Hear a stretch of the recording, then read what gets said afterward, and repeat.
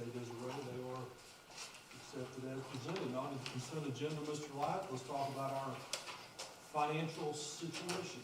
I'm gonna let Carol go ahead, and just a reminder, when we met in March, on March 1st, we had a short list. Yeah. We made up for that, so. Yeah, that was obvious. Carol?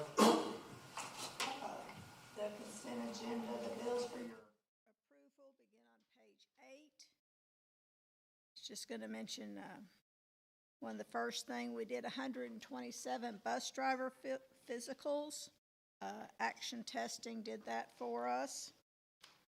I've listed, you'll see several things that are listed 2 times. The Amazon bill for February was paid for $12,000, and the March bill was paid for $7,800. That includes a lot of monitors, cables, masks, RAM memory, special ed supplies, just a lot of different things come through the Amazon account.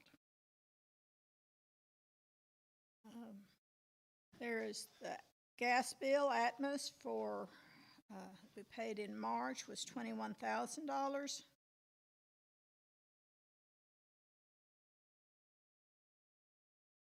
And towards the bottom. These bills go from March 2nd till. Probably towards the end of February. Well, the checks that were written after the board meeting, March 2nd through April 9th, basically. So, no, that's fine. So that's why it was just a timing issue as much as anything. The water bill from the city was $9,100.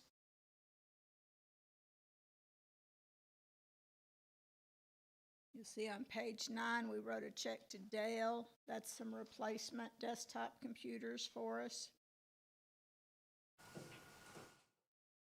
Ideal Impact is the contract we have on our electricity regulation, our temperatures. Yeah, let me make a quick comment about that. I went back because I always think you want to see that you're getting your bang for your buck on that deal. And that quarter, they billed us quarterly, and there was a savings during that quarter of about $58,000, and so that's, $58,561. So when we get 20% of the savings, and we're paying off that note with the 80%. And so, this was actually one of the larger savings quarters that we've had. So, that bill is getting paid down fairly quickly. So, just to let y'all know on that deal. Right after that, they did find a 2009 bus, 29-passenger bus. They picked up for $16,000, so they thought that was a good addition to our fleet. Clean right. Never know. Clean It right. rolls You just good. never know. You just never know. Good tire, ready to go in the fleet. Right. We had to drive to Corpus Christi to get it, but we got it immediately, as we could get there, absolutely. Who was we? Well, but we, but. I dragged him how to get there. I think Norman made that. Yeah, no, Is it diesel? it was gasoline.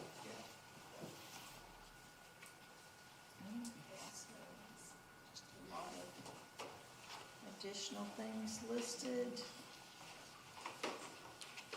10, 11 don't have very much, except a lot of the officials and the spring sports that we're dealing with.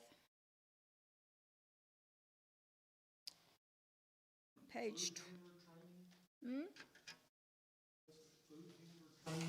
Which one?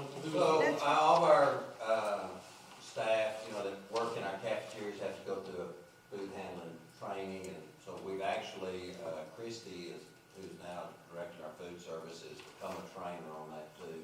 We do that in-house. We can do it through Region 14 or in-house, but that's I just don't know if I remember seeing that. That was probably her fee to Yeah. get training to do some. Melanie was, certified to do that in-house. We have, you know, any new employee that comes in and works in there, we have to go through that process, and so we do it in-house.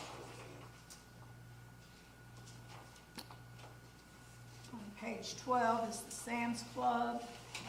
Once again, those two different checks for February and March. That includes a lot of cafeteria supplies, janitorial supplies. They get their wipes, gloves and things, and then our school paper comes generally from Sam's Club, so.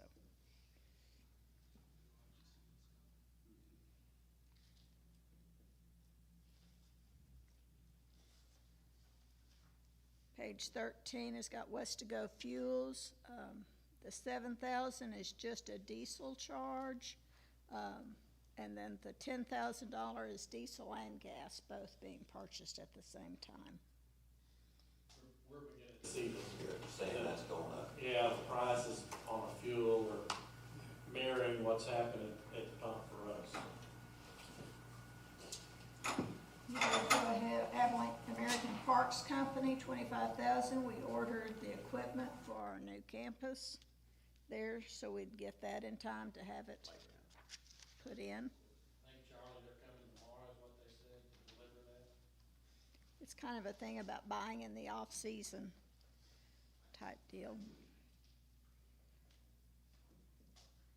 Page 14 has got the Central Appraisal District with $71,000 is our quarterly fee for their administration, as well as then the February charges of $8,800 for collections.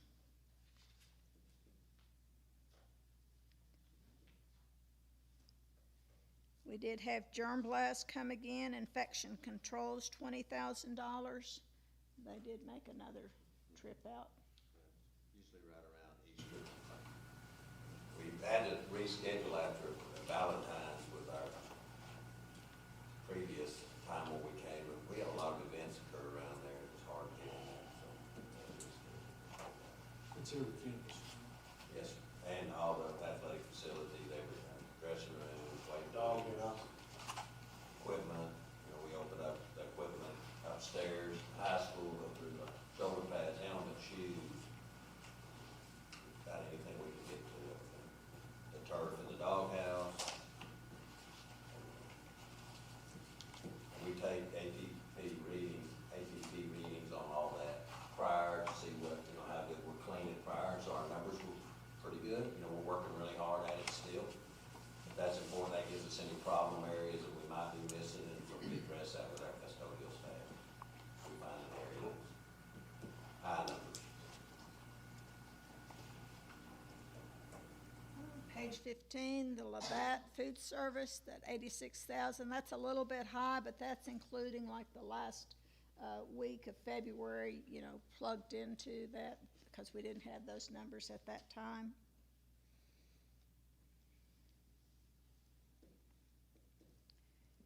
RW Services, $11,000. We replaced a garbage disposal and an ice machine, and we serviced all of our ice machines through the district. Next month, we'll have another ice machine, junior high field house in West Junior High, which that ice machine was over, we got it from Dr. Pepper over 20-some years ago, and Island Crater. They don't make them like they used to. We used everything inside Crumble. How many places did that machine be in? That machine never moved. I It don't never think. moved, that was there, yeah. That was there when Coach said, that was still the high school. That was the high school, it was there, so. It's real close to that. We put all the parts we could, and finally just was hanging on. You don't look at me like that. No, I'm just saying, you guys are experts at milking every drop. There's a new vendor, Soder Technologies, $20,000. Last month, Mr. Smith mentioned his vaping sensors that they were installing at the high school, and that's what those are. And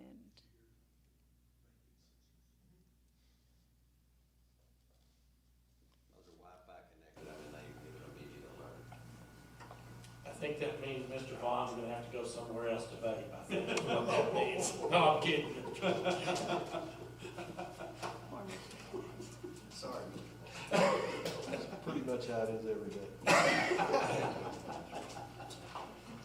Taylor Electric bill is listed for $40,000, and then the Taylor County elections, $23,000. That's the bill from last November's election. You won't have a bill this time. No bills. No good.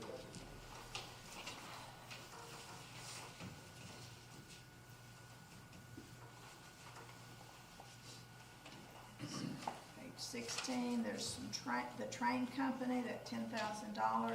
We have quarterly maintenance at 4 of our campuses, and that's included in that.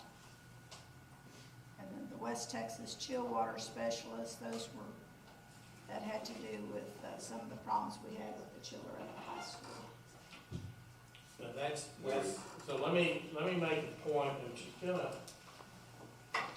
why don't we go ahead and finish the bill, and I'll come back with train. Yeah, We we got replaced several. a compressor, Yeah. on one of the rooftops at the high school, and then one of the lines that fed that, water lines had frozen up there, so we had pretty expensive interest. Yeah. It's a little more than my guys. Next page. So go ahead, yeah, because there's another one on here, so that's why I said. All right, The supplemental bills you hadn't seen previously, that includes the Kibler bill for $368,000. And as we were discussing, the train company, $15,380, that is for the high school compressor, chiller. So that was it. So several things are happening at once. We had our maintenance, so we have a maintenance agreement with Train, and they go and inspect all the air handlers, the chillers, and they, fix things like, replace belts and, bearings in, the different areas of the air handler, chiller. They inspect those things. That inspection agreement it's not like if anything breaks, we're fixing it. You can get that, but as you can imagine, the cost on that is substantially more. So what we then have, we got, like parts and labor to fix brakes. And that's, so I don't know, Mr. Best, if you I want to don't know, talk if that, was about. that the high school or was that intermediate? That was West Elementary, the last So one was what- 15,380, and it So was West chiller at Elementary West was a Elementary. compressor that went out with the electrical. So we're not sure if it was lightning or a power surge, but it welded or melted the contactors in the compressor, which pretty much takes a significant amount of electricity to do that. The chiller that sits right beside it was okay, but it shelled that one, pretty significant thing. And then at the intermediate, we had another, a compressor protector, it burned it up the same event. So But it didn't hit the it didn't hit the compressor, but it hit kind of a panel. The module, I think they called We it. had surge protection on that, but it was so fast and so dynamic that it surpassed. We got in there on that chiller before it even tripped that, so.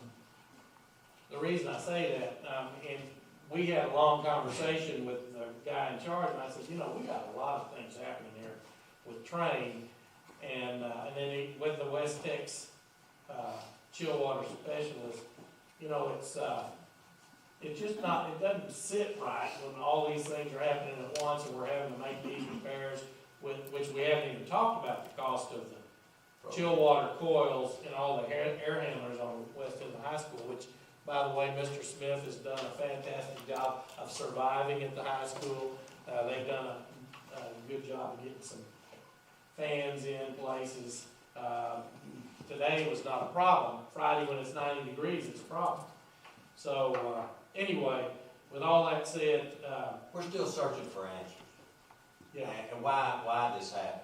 And I don't know if we're ever gonna get to the bottom of it. We got a lot of people working on it right now because, we feel like we should have some kind of protection against some of those things.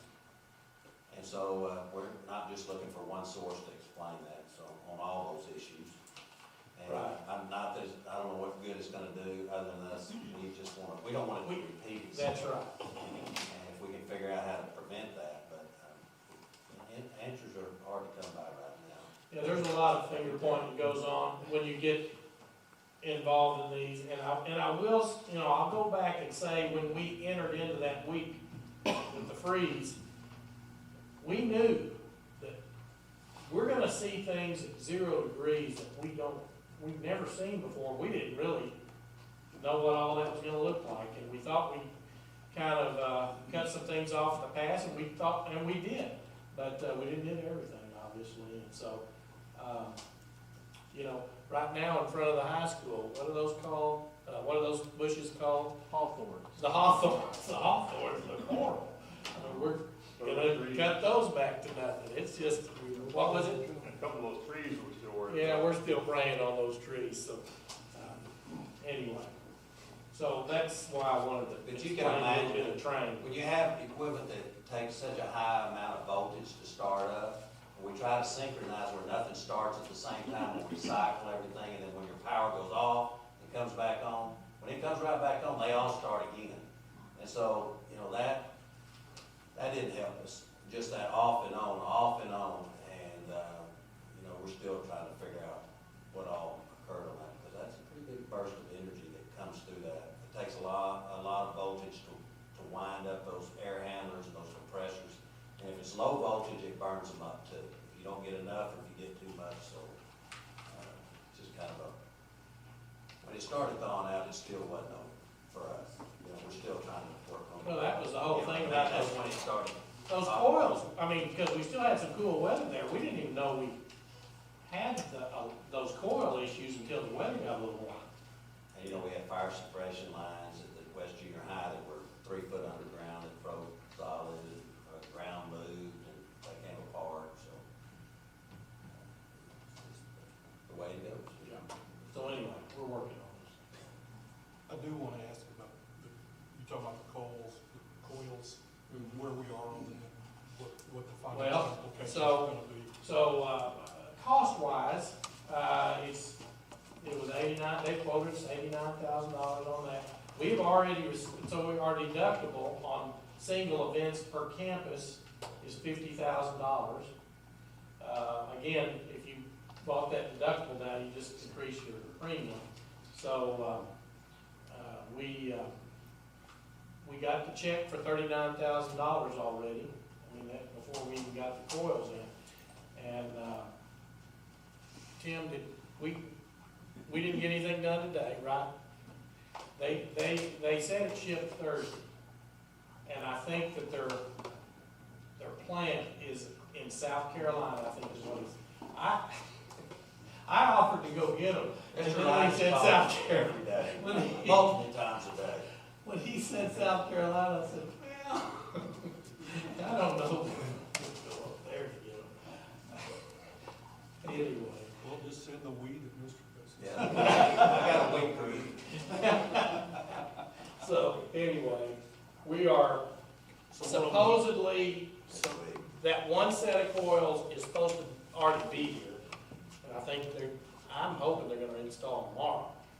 And then what will happen is they install a air handler unit, we'll move some equipment around to where we cool other areas until the rest of them come. But all the orders were placed at the same, we ordered it as soon as we found out about it, because we knew there was gonna be some delay. And of course, what they've told us is that the problem with these coils is the whole southern United States is having the same issues, and if whatever order you got that in is when it's coming in. So we've got one delivery that's supposedly already in, then we'll have 2 more delivered a little later this week, and I think the last 2 delivered either late in the week or early next week. And they said they'll install as soon as they get here. Who's doing it? Train is doing the install. Are we gonna have to pay them for that? No, that's in the 89,000.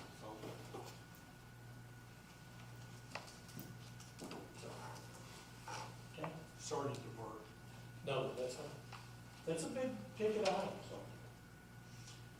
Okay, I think that's all we have on That's the all I bills. have on the bills, unless you have some other questions on the bill portion. Anybody? So the cash position is the next report. See, the balance in all funds was $21,141,000 at the end of March.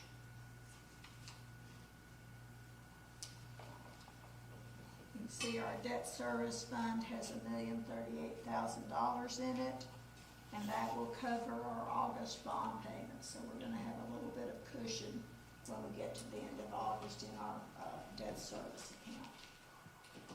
I might make a comment about that. Just, if you'll remember, when we were setting the budget for last year, we, of course, at that time, we didn't know where we were gonna be with COVID and how that was gonna impact a lot of things.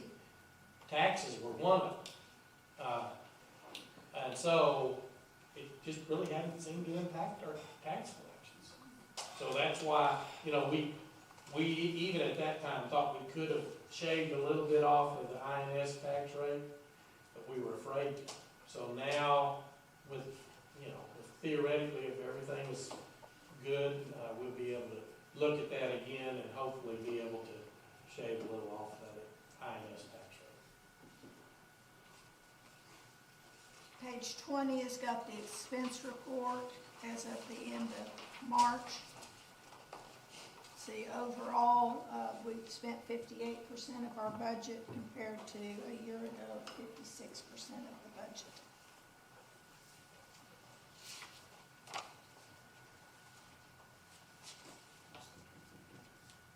On the revenue report, page 21, there is a line item for insurance recovery, $57.45. A lot of years we have no insurance claims at all, so we just kind of put a minimum amount there, and you can see where we received the $39,000 for that chiller park.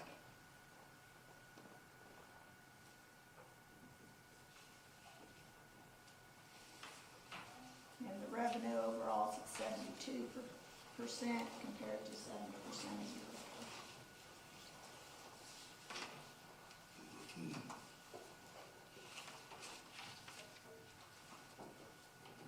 Anybody have any questions for Carol or Mr. White? I would be happy to entertain a motion. Make a motion to pay the bill. Second. Motion made by Chris and seconded by Steve. Any other discussion, questions? All those in favor, please say aye. Aye. Opposed? Passed unanimously. Thank you, Carol. Mr. White? Yes. Look at this thing and you've got, I know. So if you could, let's look at, we have some people that are gonna present. yeah, okay, now just which, F, you wanna do F first? yes, sir. Let's do F first, and that way What we if we can. don't wanna do that first? They are traveling a long way to be with us here tonight. So if that's okay, I'll introduce them. So we're gonna talk about Mentors Care Program at the high school. Yes, sir. We had an opportunity to go to an event at the service center. It was part of a regional advisory committee meeting, and it was with Mentors Care. And we're very impressed with the program that they shared with us. It's a program that's kind of near and dear to a lot of our hearts with the social, emotional supports, and, you know, in this time that we're living, it seems like there's never enough of that. And so they explained their model to us, and it was interesting that a big part of their program is getting volunteers. And the same day we had that, there was a group speaking about career and technology and different companies in the area were presenting. And after they presented, there were several folks whose kids go to our schools came up and said, I want to volunteer for that lady over there. And so it was pretty impressive, and I was hoping they could share with you what it's about. We've got Dina Petty and Brian Blackwell here with Mentors Care, and the reason, there would be times where we might not necessarily bring this to the board, we just tell you about that there is a sizable financial commitment with it. And so we want all the cards on the table so you all know exactly what's happening, and then we'll go from there. Dina, well, Before you start, I want to make sure everybody knows whose son or whose mama she is. Brian, who's your son? I was the kicker for the Oh, Dallas you- Cowboys for. Now, I'm giving it a hard time. Dina is Bryce Petty's mother. Bryce played at Baylor and then played for the Jets and the Dolphins. And so, that means there's two parents of NFL quarterbacks in the same room. That doesn't happen real often. No, that's Well, pretty interesting. The best part about the whole deal is who he married. Oh, yeah, and he married a local Wylie girl. I keep wanting to say it's Jordan, but, it is Jordan. I want to Jordan. keep saying it's Taylor Fields, who's Doug and Deanna Fields, who've been in the community a long time. And Yeah. so, anyway. Bryce married a Yeah, no doubt. married a Most of us beautiful do. young woman that we just love dearly and is part of our family now. So we feel very close right here in Abilene, like this is second home. We love it here. So I would like to, before we start, first of all, to say thank you for this great honor to be here before the board, and thank you, Superintendent Light and administration. Thank you for having us here to present. Before we start, if it's okay, I'd like to show about a 4-minute clip about Mentors Care. It kind of gives an overview of who we are. And so we're going to see, hopefully this will start. Okay, so far we're almost there.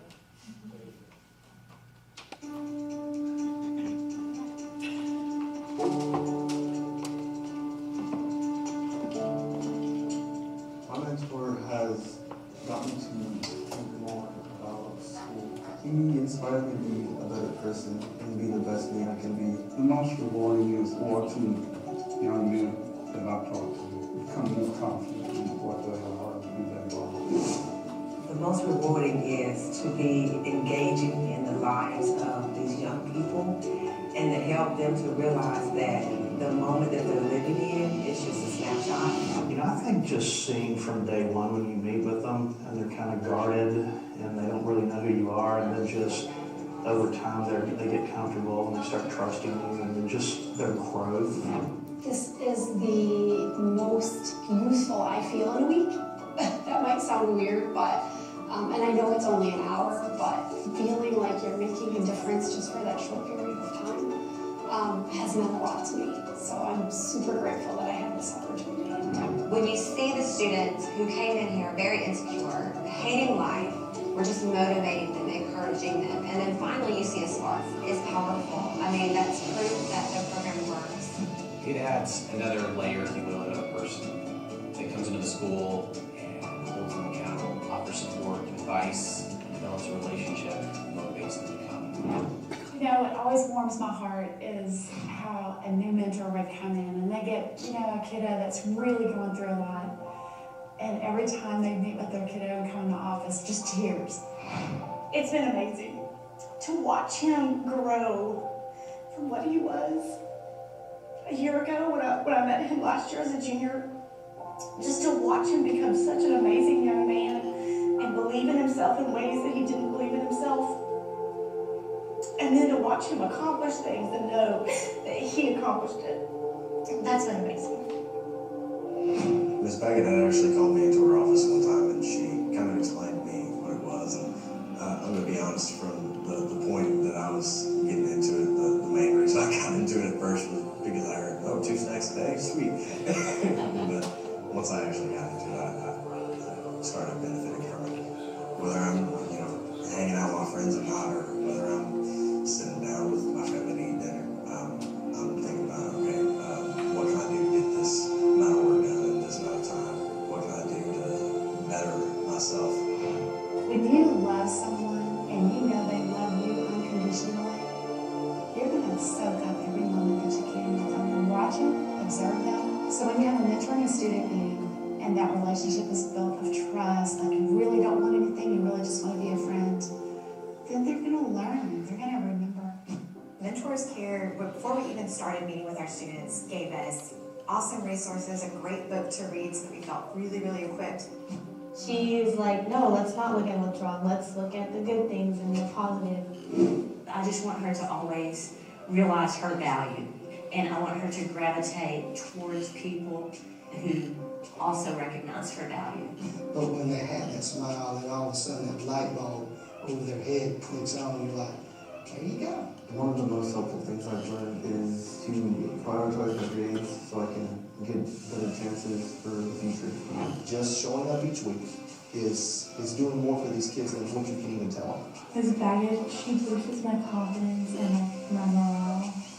My mentee has caused me to reflect on myself, because if I'm going to ask her something, then I need to be able to answer that as well. If they have people there to support them, to encourage them, and help them cast a vision for their future, that they can be really successful and push through lots of challenges.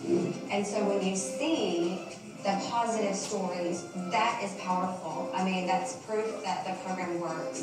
That time you're having with them is not in vain. It may be years from now that they're going to recall and remember the things you've taught them.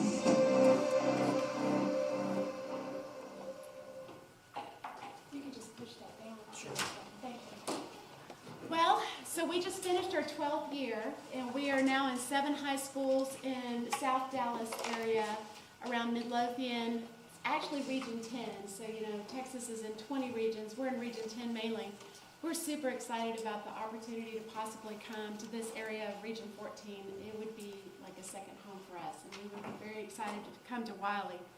But what we do is we partner with the parents, the guardians, counselors, school administrators. We're helping students who are considered at risk, meaning at risk of not graduating high school. And we match them with adult, loving volunteers from your community. We do all the recruiting. So if you say yes to Mentors Care, it's kind of a turnkey. We just take it and we roll. We just ask for a space in the high school, and then we partner with the high school and we get it done. Right now we're averaging between 40 to 60 mentors, meeting with 40 to 60 high school students in each of the high schools we serve. And we just have a record and a past of being able to not only go get great mentors, but we keep them. And what's so great, maybe they say yes, they're going to be a mentor, we're going to train them, we're going to equip them, and we ask them to please give a whole year. We only meet during the school day, 1 hour once a week, and it's during a non-core hour. We're not going to take them out of math, that defeats the purpose. It's only going to be during a class that's easy to make up, maybe a PE or something like that. And we schedule with the mentor, with the student for that 1 hour once a week. And they're going to meet with them only during the school year.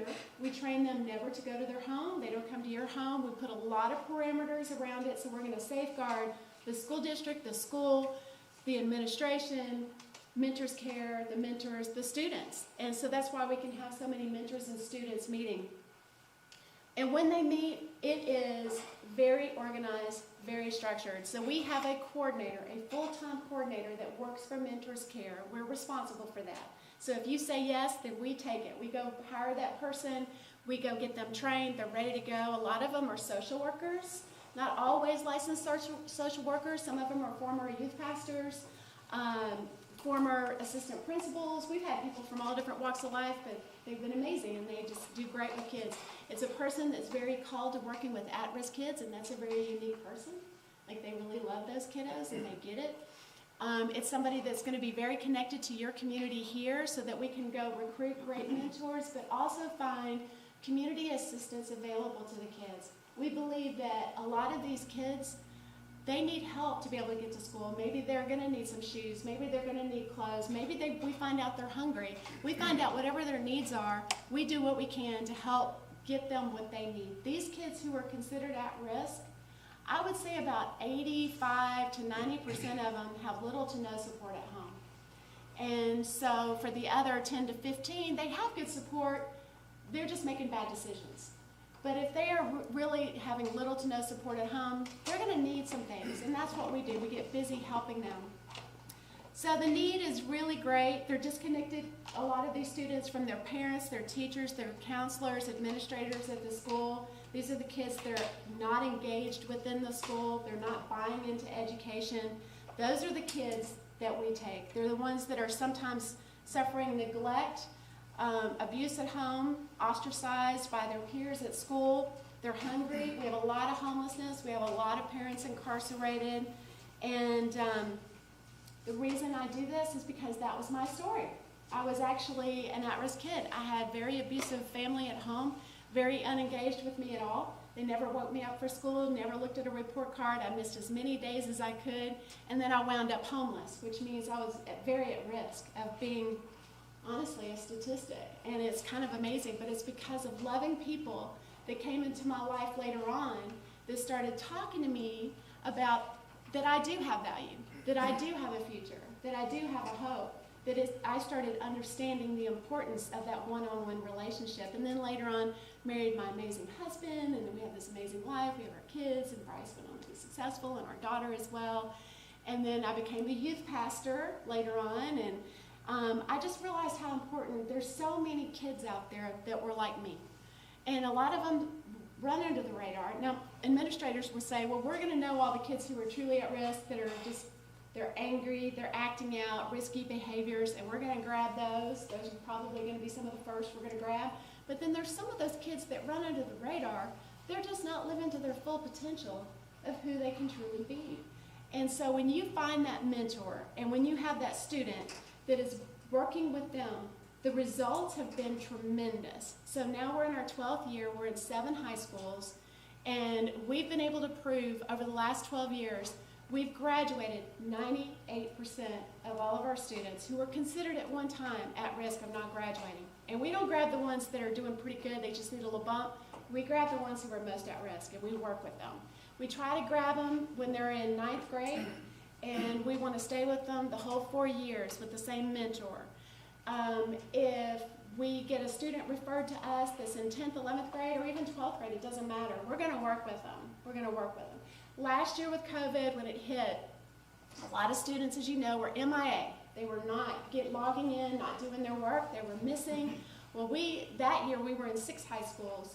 We had 49 seniors, and they were all MIA. These are our kids that don't log in, they don't engage. You know, it's a constant, come on, you can do it. Every week we're meeting with them. We got scared. I'll just be honest. We were like, where are they? And the schools were all saying the same thing. Our kids are missing too.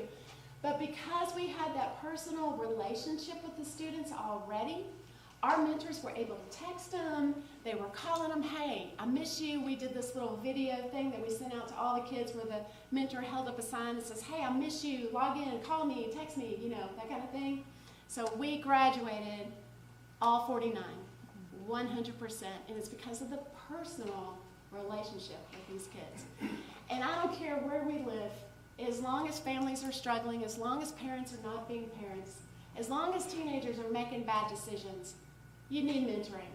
It is developmentally the job of a teenager to try to figure out what do they truly believe, and they look outside of the home. So what we're doing is we're bringing great people that are great adults that can walk alongside them. If they have good parents at home and they're making bad decisions, you're reiterating what they're learning at home, good parents. For a lot of these kids, which is the same thing as my story, they've never heard these things before. We can't assume that they know these things. Like showing up is half the battle. This is a binder that our mentors use every week, and so the coordinator makes sure that the mentor and the student are meeting every week. That is job number 1. That's the most important thing. So the coordinator is texting, calling, emailing the mentor, checking attendance with the student. One of the other reasons I think we're very successful is we do not waste the time of an adult. If they say yes to being a mentor, we're going to honor that time. We're going to check attendance. We're going to make sure the student's there. Sometimes we have to chase them down. They're teenagers. And we try to make it happen. We're not 100%. It's teenagers. But the mentors, if they can't meet that day, it's fine. Just communicate with us. We'll reschedule for another time. We're going to make sure that they're meeting. So when they meet, we print off daily grades. They're not tutors. They're holding them accountable. How are you doing in your class? And if it's below a passing grade, a 70, then we print off the daily grades. And we're going to see, okay, are you not doing your homework? Are you not studying for tests? We're going to start, talking about these things. And so we do that every week. Then we have curriculum. We have 4 years curriculum. For a lot of people in mentoring programs, they fail. A lot of them fail because they say, just go talk to a kiddo. You know, you get lost. What are we going to talk about? It winds up being drugs, sex, and rock and roll every week. Or they want to talk about their boyfriend or girlfriend again. So what we're going to do is we're going to keep them on track. And so the talking points every week that they're going over is going to be things like, at the beginning, why you need your education. What is the importance of having an education? What kind of lifestyle do you expect to have? What does it cost to live? Those kind of things. Then it's, what does it take to be a successful person? Showing up is half the battle. Giving 120% when no one's looking. I taught my football son. 120% when nobody's looking. Got to give it your all. Anyway, and then we're going to talk about what are your gifts and talents? What do you see yourself doing in the future? And then we start talking about the future. For a lot of these kids, it scares them to death. They've never had anybody ever actually ask them before. And so we'll talk about those things throughout the year, and then they pick it up again the next year. So there's 24 the first year, 24 the second year. Third year, we have modules. The fourth year, we have modules to kind of keep them on track, making sure we're asking all the same questions. If you talk to your counselor, you're just being that advocate for them. So we have had huge support, success with Mentors Care, not only graduation rate, but we proved that attendance improves. We have statistics now. This was for 2019-20. We haven't finished up our statistics, of course, for this year. 70% last year improved on attendance, which is huge. 51% of our students, we connected them to community support so they can get what they need to be in school. 90% of our students either maintained or earned more credits than they did the year before, which is massive. Because these are the kids that aren't turning in their work, not showing up for school, not engaged. But when they sit with a mentor, they start buying into the importance of it. And then you have a mentor that's holding them accountable every week and going, okay, let's go over these grades. And they have to answer those questions, and sometimes they don't like it. But it's really amazing. So with all of this, the formula works. And I know it's just me talking because it's my program and everything. So I brought somebody with me that I wanted to share with you as well. So this is Brian Blackwell. He's been in education forever and ever, 20-something years. He was a principal for 16 years. Now he works at admin in Midlothian ISD, and now he's a mentor for us. So he's a huge advocate of Mentors Care. So I just wanted you to hear his perspective as a person that has been very closely tied to Mentors Care. Thank you. Thank you, Brian. Thank you, Board. Thank you, Mr. Light, for having us this evening. It was great to come out here and see you guys. My mentor's name was Julian Goddard. I began working with him when I was in the 10th grade. I lost my father toward the end of my 8th grade year, began acting out in school, began getting in trouble, and as boys often do, I ran with the wrong crowd.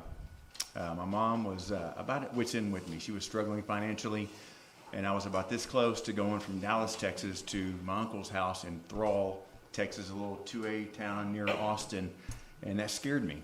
So my school recognized that I was struggling. They paired me with Mr. Goddard, and he helped save my life. He met with me weekly. It wasn't as structured as Mentors Care, but just that relationship made all the difference in the world with me. And I can remember I did something in class. I won't tell you what it was, but I was doing better for a while, but then I ended up in the principal's office for something I did in class, and I remember Mr. Goddard walking in. And just because I respected him so much, I remember him looking me in the eye and saying, "Brian, if it was anybody else, I wouldn't believe it, but I would believe it, but not you." And I just remember that feeling I had that I let him down so much because he had invested so much time and energy into me.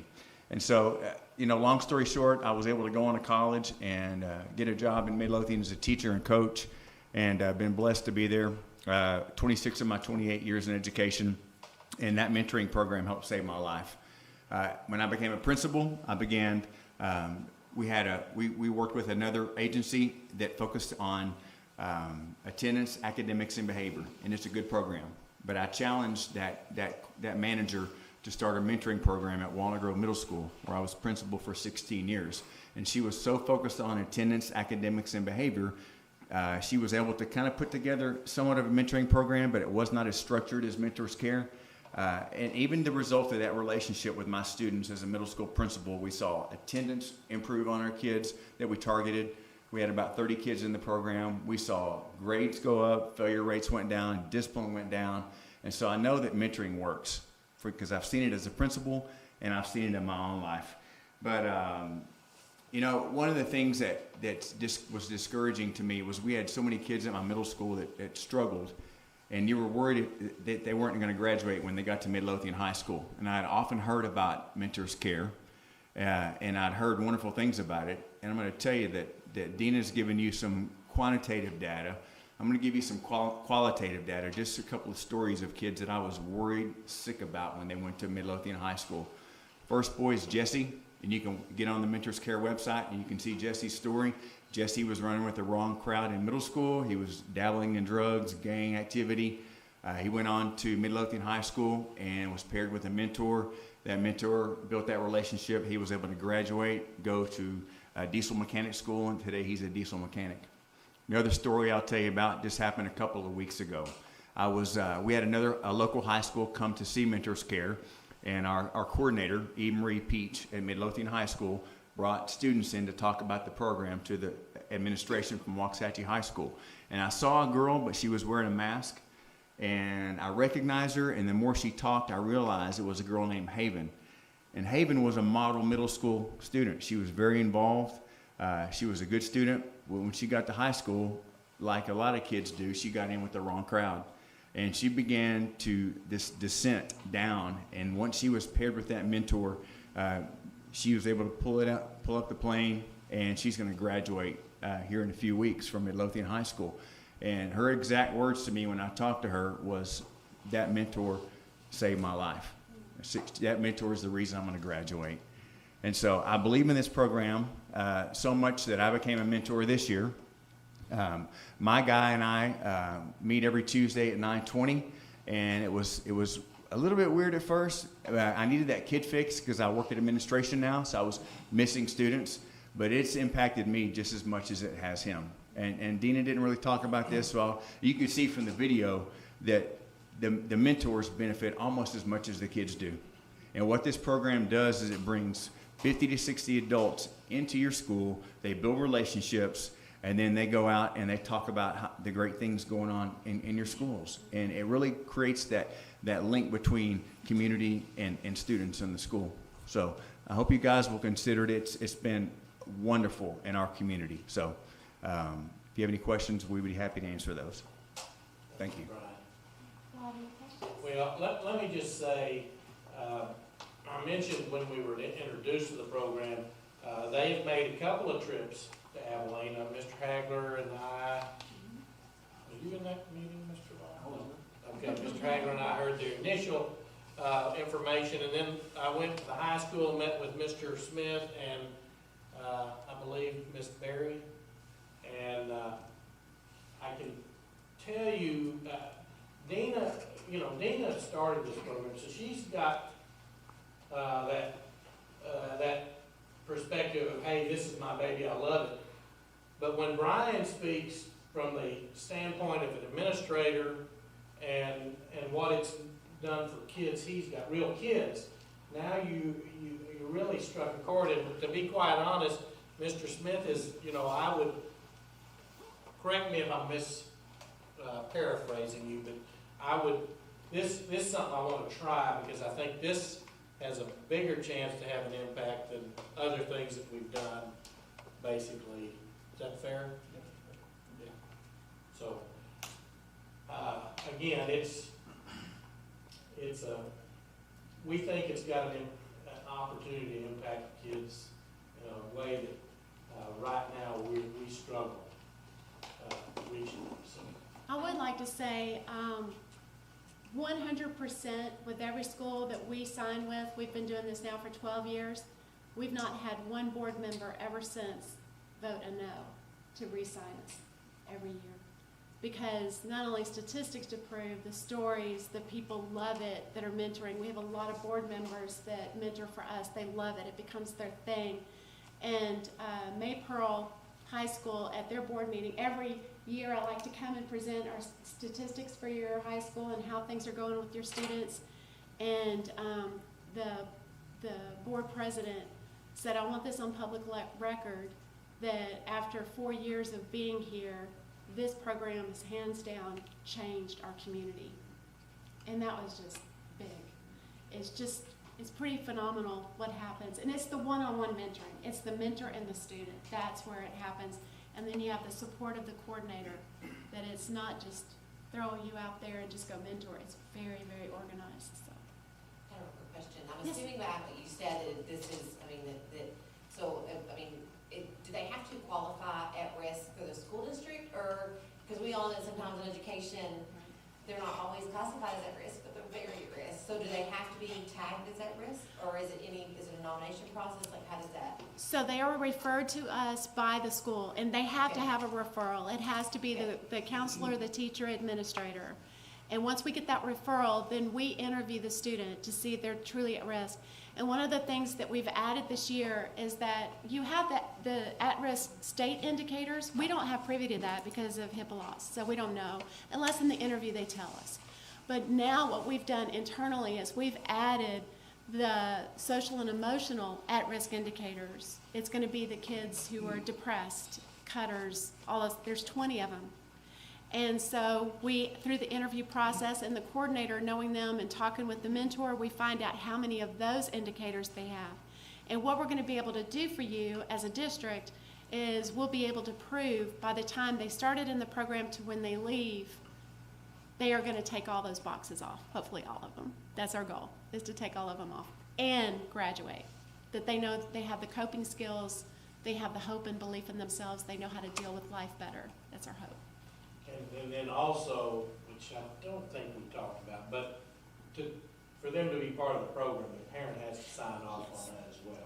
And it's co-signed with the principal, and it's a permission form that they are allowed to be in the program and allowed to have academic information so we can print off the grades. And they realize that they are mentors from the community.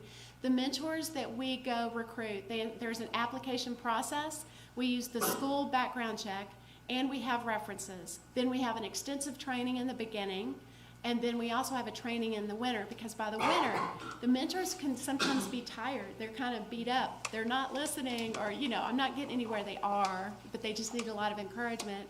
Like this last year, we had a special person come in and speak on the secondary trauma for care workers. So we invited all the school administrator, anybody that works with kids, anybody, or anybody with trauma is welcome. We open it up, we go find sponsors, and we pay the professional to come in, and we offer this.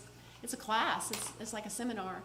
And it's pretty powerful to kind of just rejuvenate, this is why I'm doing it, and I am okay, and I am doing this right. So they need a lot of encouragement, so. I'd like to hear Mr. Smith's questions or thoughts. Any questions? As you were hearing all this stuff, what questions popped into your head, and then just what's your overall thoughts? The first question I had was just about the logistics of it and what that was going to look like at school, with 50 people coming in and so forth, and trying to host different people. And, but, as we thought, I never just tell you. We had lunch together after our meeting, and learned a lot. And I think it's something that's very doable. I know it's doable. Other districts are doing it. And so just when you start thinking about 50 people, where these 50 people would come from, we talked pretty extensively about areas where they like to recruit people, and so I don't have any first-hand experience with it, obviously, but it sounds like there's a lot of promise there. So we haven't talked to Midlothian or Maypearl, or who else in the other districts? So we're at the 2 high schools in Midlothian, Maypearl, Palmer, Ferris, Red Oak, and we're at a charter school, Advantage Academy in Grand Prairie, which is 100% free lunch, all impoverished kids. I didn't call. Would you? Yeah, definitely. I could, yeah. And they are very open to speak to anybody about it. They're all big fans, so they love for you to call. So. I don't want to hog the question. How's this different than communities and schools? Well, we talked about that, and again, and I think without, the points that he mentioned about the grades attendance and behavior. Those, Attendance, academics, and behavior, yes, sir. that's what they focus on. One of the things, Mr. Smith, that was a discussion we had, and how do you meld those together? Really, our thought is that they could complement each other, and at the end of the year, I think it'd be an evaluation process to see, do we need both, that kind of thing. And we've worked with them before on Yes. districts, and it's worked well, actually, because they really don't mentor. They understand the importance of it, and they try to throw it in. And I feel like that's our strength, is that we stay within our lane, and mentoring is it. This is what we do. And but we also are a social worker on campus. If we find out they have needs, physical needs, or even emotional needs, we can go refer counselors and things like that. So, but yeah. I think one of the big differences I see between this program and the communities and schools, you have one representative on the campus, and they're meeting with 50, 60 different students. Whereas with Mentors Care, you'd have one adult per student. I would say, this is kind of a stretch, but I would say this would be possibly our PALS program, the adult version. I was thinking that. And probably, our PALs are trained as well, but I mean, they are used. Do we have? As many as he can figure out. Do we need more? Always. We brought it up. I know. We're building But, I mean, I think that there's a lot of similarities between. That's exactly what it is. That's exactly. Well, the PALs help us with our lower grade kids. These guys are gonna help. That's my point. That's the I mean, big point, yes. it's exactly, because the PALs are doing exactly what we're talking about doing here. You said it was a substantial financial investment. What does that look like? $50,000. Is that? That's for a full-time person that is going to be there. When the kids are at school, that person is there. And they work very closely with the staff, the counselors, they all work together. And a lot of our students, every school across the nation, have a hard time getting to their counselors sometime, because a lot of times the counselors can have a caseload anywhere from 400 to 600 kids. And these are your most at risk, and they have a lot of issues, a lot of things. And so that is an extra layer for the kids who need a lot of extra help, is what that is. And you have curriculum, you have full supports. So basically, it's the underwriting of the campus coordinator is what that $50,000 covers. That and curriculum and the supports that needs. In other words, really and truly, we work with the school, but you don't have to worry about us. We report to the principal, but it's all on us. It's one less thing to worry about, I guess. So $50,000 a year. Mm-hmm. Is that per campus, or is that? Mm-hmm. That's for one caseload, that's going to be between 40 and 60. We start off, usually it starts off that it's going to be about 30 mentors the first year, and then it builds and it builds and it builds. I mean, we could have as many as 60 here, though, because we already know so many great people. You're going to have the kids and the recommendations of the kids, and we're going to have the mentors. It's going to be fine. This is going to be a well-supported program. Yeah, I said the wrong thing when I was asking about multiple campuses.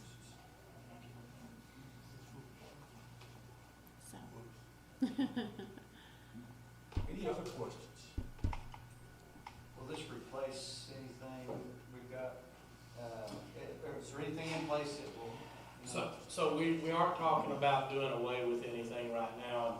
I think our goal would be to see how the year, next year goes if we did this, and then evaluate at the end if we have a situation that we may need to change what we're doing. So.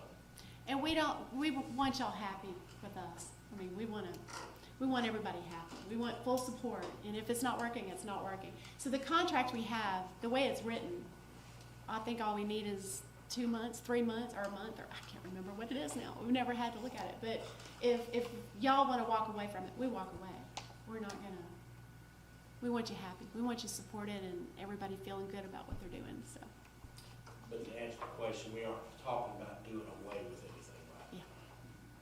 When would we need to start? We want to hire this, do this process immediately? Yes, well, what we would do, there's a process. Right now, we would need to interview some people for the coordinator position. We've already got 3 names. We've already talked to 1, and we'll talk to 2 more tomorrow in hopes that we're ready to roll. And then we would take that person and pay them to be trained and travel. Observing our offices and how we deal with the kids and the mentors, they need to see that firsthand. And so we have trained our coordinators up to 40 hours of spending time in the offices to see how it runs. And then in the summer, that person would need to start the recruiting process, and then we have support staff from Mentors Care that's also going to come in and help recruit and train the mentors and get them running, get the office up and running, so that by August 15th, we're considered, that's when the contract starts, August 15th. So it's more of a cost incurred on our side until we begin August 15th, but that's okay. You know, we'll do it, so.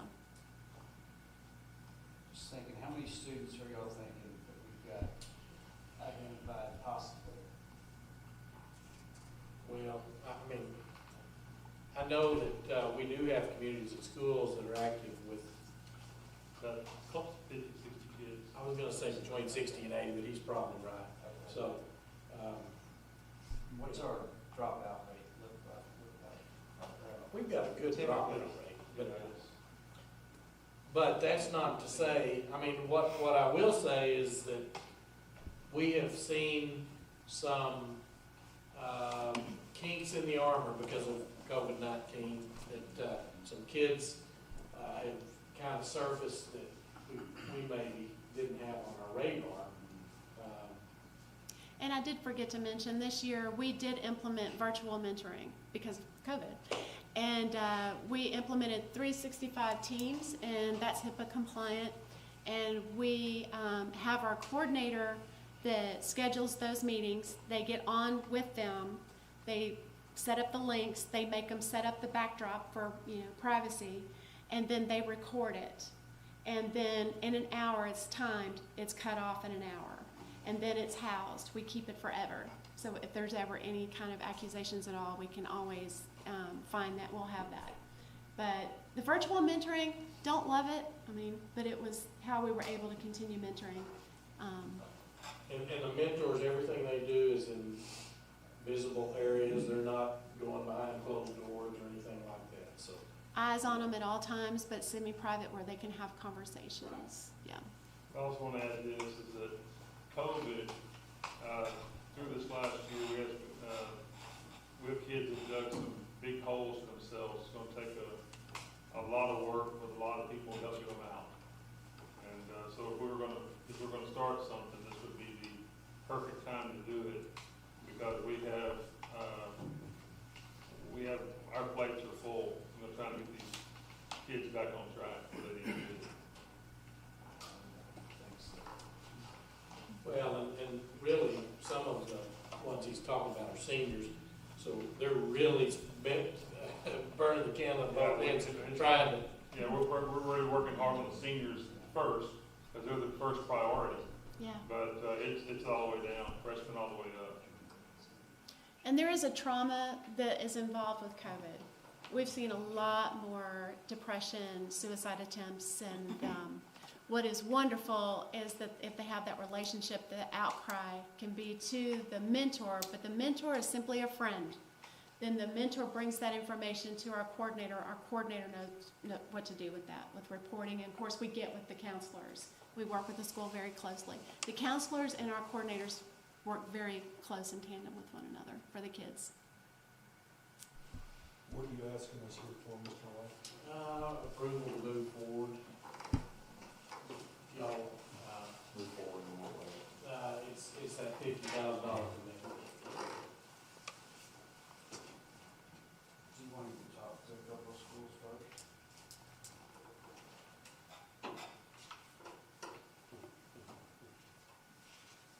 I'm asking, that's a question for all of us.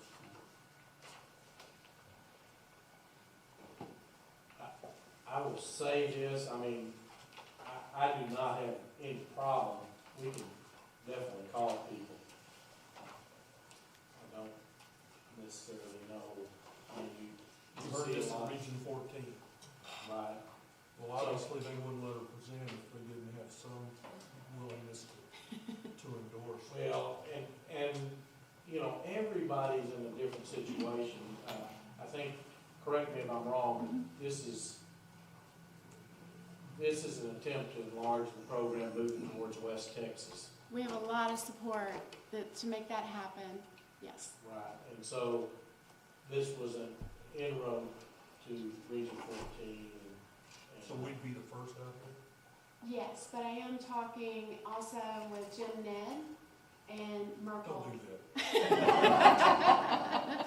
But yes, y'all would be the first. I'm just kidding. So let's just be 50,000 straight to the bottom line. Yes, but let me make a comment about that, and I was talking to them. It's a two-part question. One's that, and two is where does it fit in the budget? How does it fit in the budget? Sure. I mean, it's a lot of dough, so, I mean, it's not a great college, but still a lot of money, so. Right. And so, one of the things I asked Carol about is, would this qualify under some of the federal funding that's coming from what they call ESSER 2, or it's the CARES relief money? And we feel like that's definitely gonna fall under that COVID relief under the socio-emotional area. That's just as long as CARES is there, though. Well, right, and that is through 24 or 23. Each one is kind of moved one calendar year farther back. I think March of 24. I could be wrong on that, but I think that's it. And we're working real hard as well with the bills that are in legislation. I went and gave testimony on Bill 332, which was not extra money, but it was money that would be allowed allocation for social and emotional learning supports. And that's by Representative Tallarico. But that was with Stan Lambert. So we're going to continue working because the schools need this.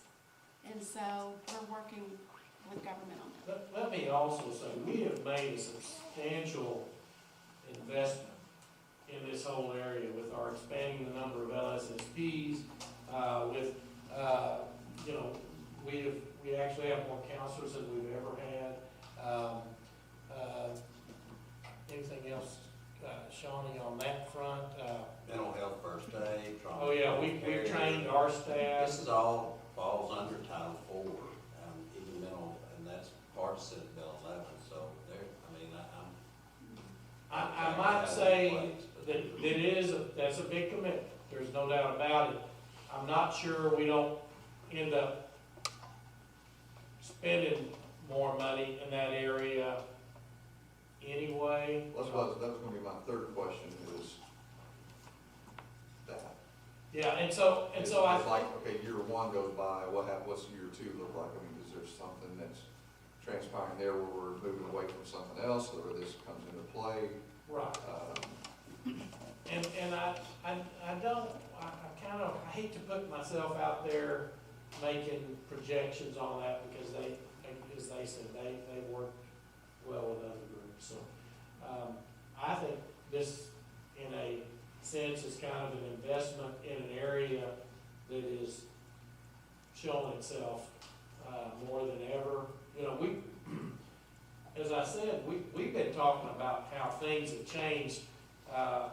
You know, we look at this group of kids, and a lot of this is surfaced not because of COVID, because of the shootings, school shootings and things. You know, we've started a lot of programs based on those needs, and so my thought is that we may find out that this is a better way of delivery of some of the things that we're trying to do right now, and we're going to reach more kids in an effective way. So, again, my hope is that with ESSER money, we're going to be able to do this up front, and then at the end of that time frame, we look at it and say, hey, how did we do without PALS all these years? look what it did for Stephen Lowry, you know what, he was one of the first ones. Okay, that's a bad example. You pick somebody else. But, we, think what you've done, if we'd have had mentors, Gary, we'd have really been able to. But, that is. So there is money in the budget? It's gonna be new money. It's, we're in the budget building process, but that's where we would try to fund it from. The ESSER money. And we really haven't talked about all the new monies out there. I could go on, there's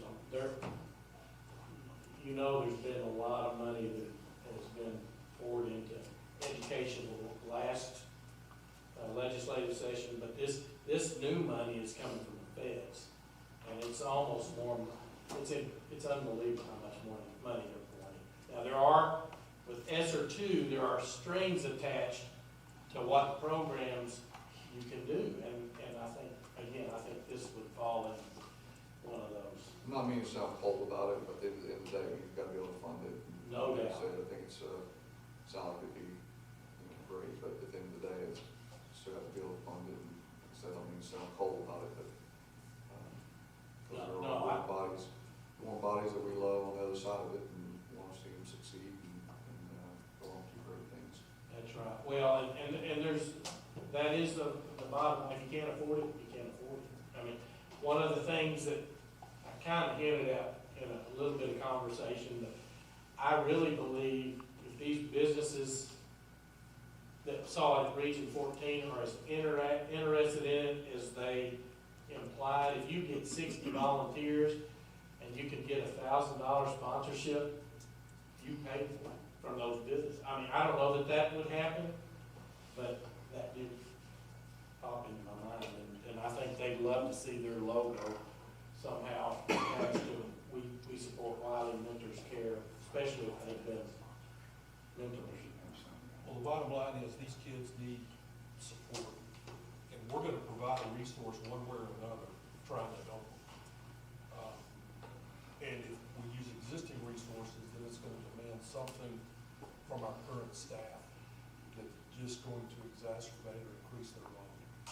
So bringing in external support in some ways makes sense, and I think it could be something that could eventually be the best money we spend. It could end up paying for itself pretty quickly. So you need somebody to move to approve Mentors Care program law. We will do whatever y'all want to do. The local coordinator is the one that's in charge of tracking mentors. Recruiting, yes, but we also have support staff that's gonna come from where we are and help with that. That's a big part in the front end, getting out there, talking to people, and recruiting, yes. But continually, from now on, that coordinator will recruit mentors. Because there's gonna be people that can't mentor the next year. It grows every year, but then there's people that, have to roll off, and then you need people, and that kind of thing. So it's always, that's part of their job. And some oversight of someone not working out. Absolutely, yeah. They're mentoring the mentors a lot of times, and they have a lot of experience, and we have a lot of experience to help that person. We give them a lot of support. And honestly, they are dealing with your most at-risk kids with a lot of issues. And so they need a lot of support. So we've got a track record of that they're not gonna be just stuck out there. We're gonna make sure that they're taken care of. I know we have a great community. I don't think this would be a problem, but also know our community is many different things. Have you ever had an issue with not having enough mentors? It's really interesting. We have big, but you have everything. Yeah. And Abilene isn't as, it's big, but not. So Well, have you ever had an issue? And an example that we were blown away. So Ferris is a very small school. It's very impoverished and very few people that you can recruit from to be mentors. So after talking with the superintendent, he said, let's just try it. Let's just see what happens. We really need this program. And so this was 2 years we came in. And we said, if we hit 15 mentors by Christmas, we'll hit a home run. If we can get 30 by the end of the year, that'd be amazing. We win the game. by Christmas, we had 40. And it was unbelievable. But what we did is we found this importance. You don't waste people's time. They see that it's well organized. They want to be involved. It's pretty phenomenal. And you hold them by the hand. I mean, it's not like they have to come up with things to talk about. You know, things like that.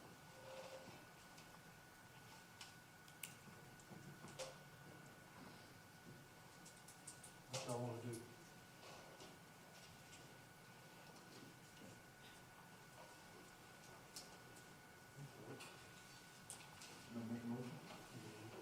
You good? I make a motion that we consider approval, or that we approve Mentors Care Program at Wylie ISD. Second. Motion made and seconded. You get those? Anybody else have any questions? Anybody? All right, all those in favor, please say aye. Aye. Opposed? Abstentions? Passed unanimously, Desiree. We're so excited.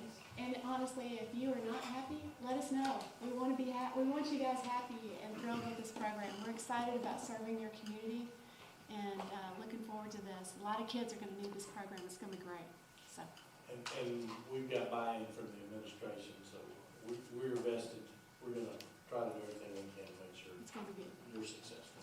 Because it's for the kids. I'm excited. I already see these kids in my head. I'm just so excited about it. So. Welcome to everyone. Thank you. Thank you, Brian. Appreciate it. Pleasure to be with you guys. Thank you. Okay. Now it says B, and I think that means construction update. Construction update. FB, perfect bounce, makes sense. Well, last month wasn't good enough for construction. But I think we did a little better this time. And we met the last time, we were 1.5 feet from being up to grade on the pad. So we've completed the building pad. Also, if you look at the picture on the right-hand side, we've got the base down in Spirit Lane, got a ring road complete, and have total access to the slab now. So if it rains, we won't be down for 3 days like we were before. You basically just walk off the base right on the foundation. So we've got quite a bit of rain in the forecast for this week, and but I don't think it's going to hold us down too much. If it rains for a couple of hours, it'll hang around. Rain stops, we'll go back to work. So we had 28 days of weather contingency. We've used up 18 of those, so I've got 10 days left, and I still feel pretty good about that. The excavation crews have gone far enough, or as far as they can, so they pulled off the job. We completed the sewer line, including the lift station, that's in place. We completed the domestic water line, that's complete. We completed the fire line loop all the way around the building. The only underground work we lack is the gas line, and we'll do that a little bit later on in the schedule. But with the pad complete, we finished up our electrical underground and our plumbing underground, so all that's completely done. We formed up and poured half of the foundation, so half of it's done, and we're planning on pouring the second half next week. So the foundation will be complete. My yard is full of materials. So all the steel for the first half of the building's already been delivered to the job site. There's a picture on the bottom left of the framing materials. All of those are already on site, and we started delivering masonry today.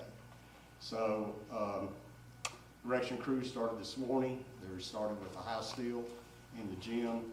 They'll flow into the cafetorium, out to the kitchen, up to the administration area, and then over to the classrooms finally. So we're looking at about 6, maybe 7 weeks to complete the erection. We may try to bring in a second crew. We'll see how things flow. We get out far enough and everything. I think we've got the manpower available. We can do that. We're using a new masonry crew, much larger company, and have more capacity, so they'll be able to supply a lot more demand. So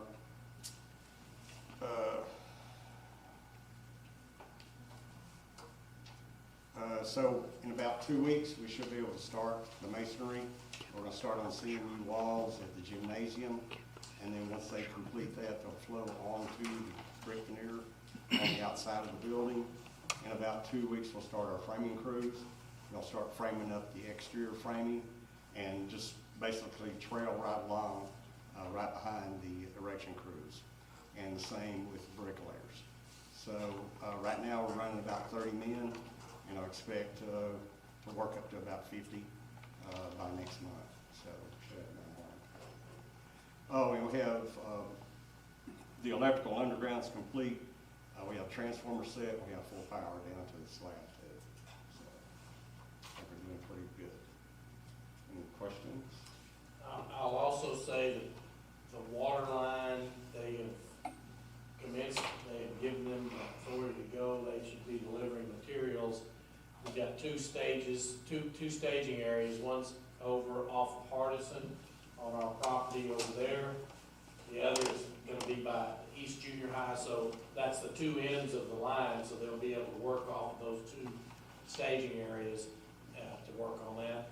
The gas line is commenced, or about to commence. Well, it'll be a few months before they actually start, but I met with Atmos Gas, and they're committed to supplying gas to the building by November, so you'll have gas in plenty. With that, with what he just mentioned, if you remember back when we first started this process, one of our major considerations was the money. You know, how are we going to finance this? We were concerned about COVID issues. We didn't know what the state was, how the state was going to fund, how all that was going to work. Well, we now know that we are being fully funded, not just this biennium, but everything out there. Mr. Bessett's been watching legislation a little closer than I have, that everything you hear is that the funding for next biennium is going to be fully funded. Part of that is because the state actually, it's really kind of crazy, but they're going to be in better shape than they were going into the pandemic. There's a lot of reasons why they cut some costs on their state agencies. You know, the economy was not hit near as bad as they thought it was going to be. You also remember, that's when we had negative prices on oil for a little bit. We rebounded from that. Everything the comptroller is saying and the legislature is saying is we're good. I mean, we're coming out of this, and it's going to be fully funded. The other part of it is through the next biennium through so what the legislature is voting on now is to fund it this coming biennium. So, I mean, I have not heard one negative comment from any leadership or either house. The Senate budget they've completed it. I think the House was starting tomorrow with some more hearings.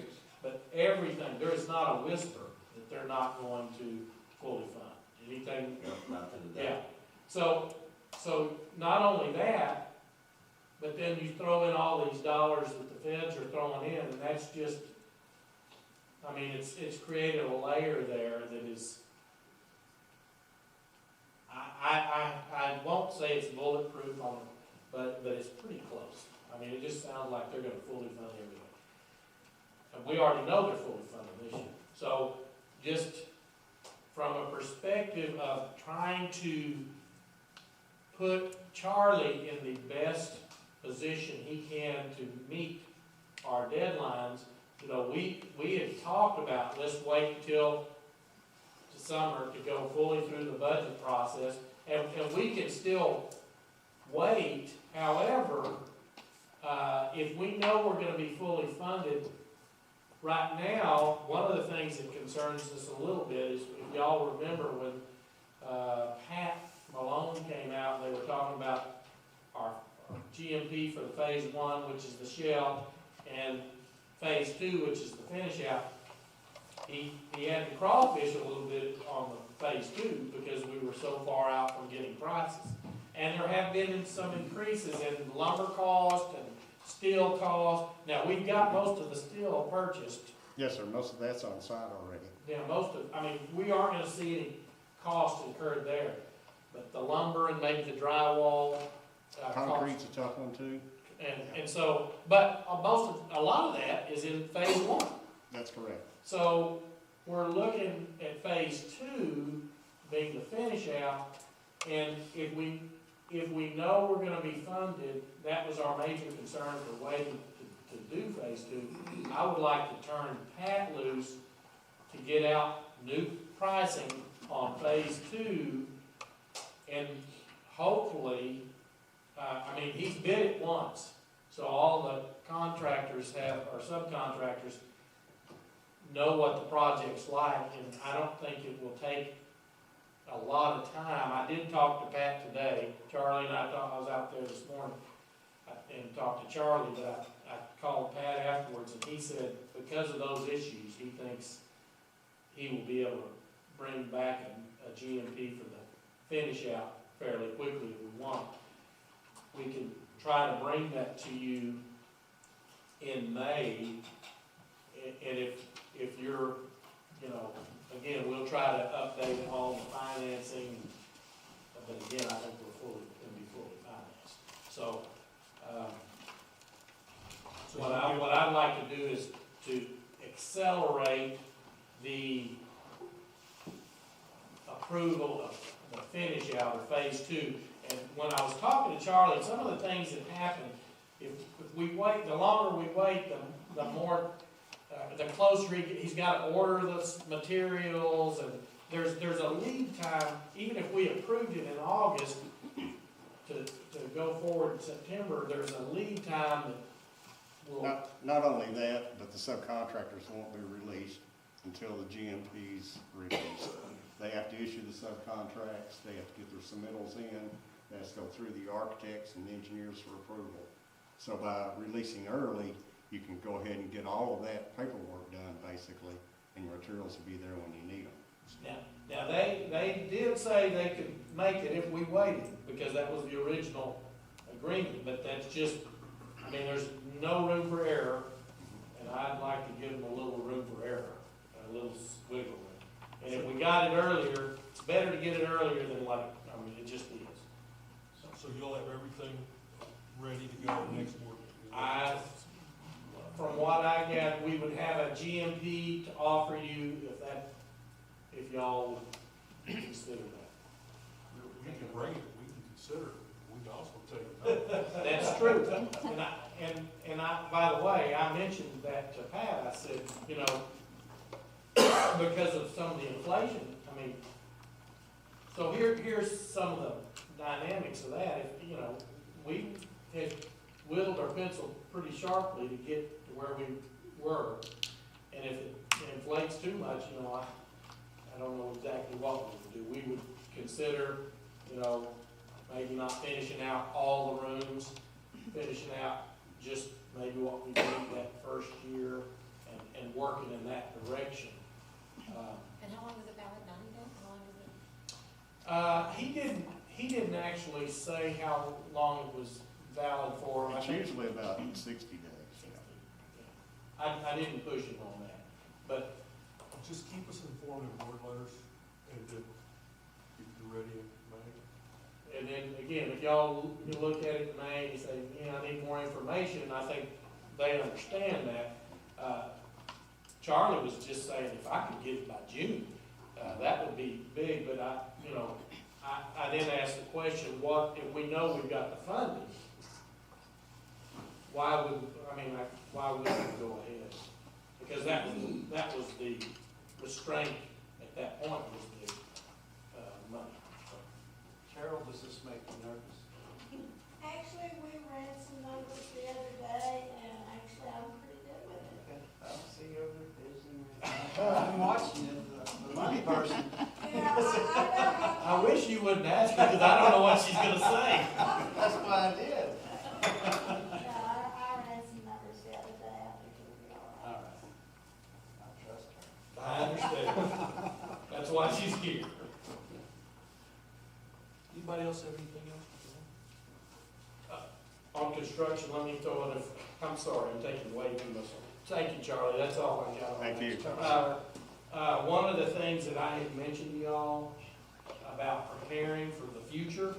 You know, about two years out, Mr. Smith's gonna get 2 classes that are currently over 400, 7th and 8th grade, and then he's gonna lose 2 classes that are in the 290 and then 280 area. So you can see there's a potential that number is growing fast. And I talked to you about some Band-Aid options until we're ready to do some further construction, which would possibly include some portable classrooms. Everybody kind of grimaces when you say use portable word. We have, and the plan was to do that when we need it, which is 2 years down the road or whatever. I promise you it's not a setup. I got a phone call almost immediately after we met from the YMCA, and they have done an expansion over there. He had to have a portable he used, and he needed it moved because it was on the parking lot, so they were gonna need to move it. He said, I'll make you a deal on that portable, and I said, well, let's see what you got. And so, look, it's a good sized classroom. It's got a few cosmetic things that would, require a little work. And then at the same time, the guy that we were in contact with to see what it cost to move it, he said, I've got some more if you need some more. So he actually has 2 more. So this, what we're thinking about, I mean, and so just to say, this portable classroom is gonna cost a little over $3,000. It nearly costs that much to move it.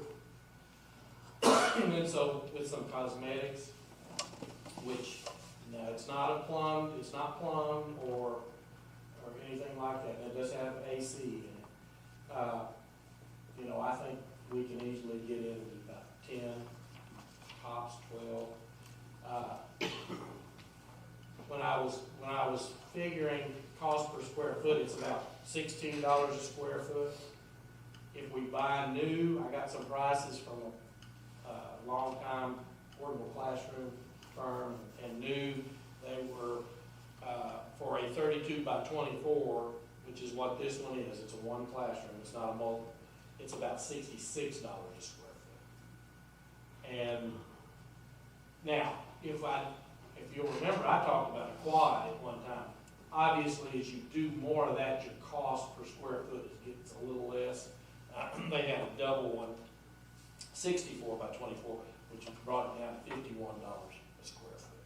So, my thought is, you know, these are not something we want a long-term solution for, but if we did this and we placed one, we've got 4 ag teachers and 3 ag classrooms. So, and we've got a greenhouse out there that if we put a classroom by, we could easily, that's their lab, that's a great location, and we could actually put 2 others close proximity to that one. And you know, I don't know, I can't tell you exactly what we would use those for immediately, but we would have those on site and be ready when we did need them.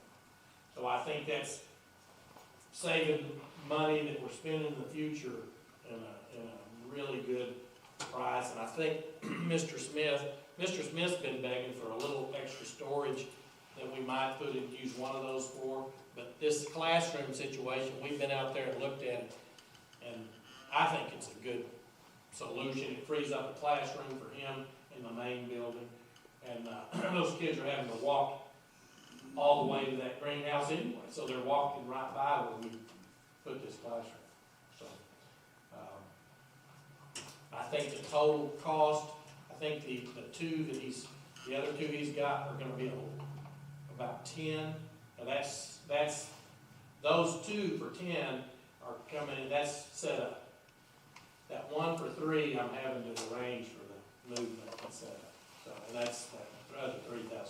So that's about a total of about 6-ish, and then some, you know, like a ceiling tile in it for sagging, for humidity. so I would replace those. We look at You would- carpet. We. No, he said I. Oh, I don't mind doing it, Steve. I could put a ceiling tile in. Mr. Bond used to do, oh, never mind. Another job. I just think it's a way of looking towards a problem that we know we're gonna have.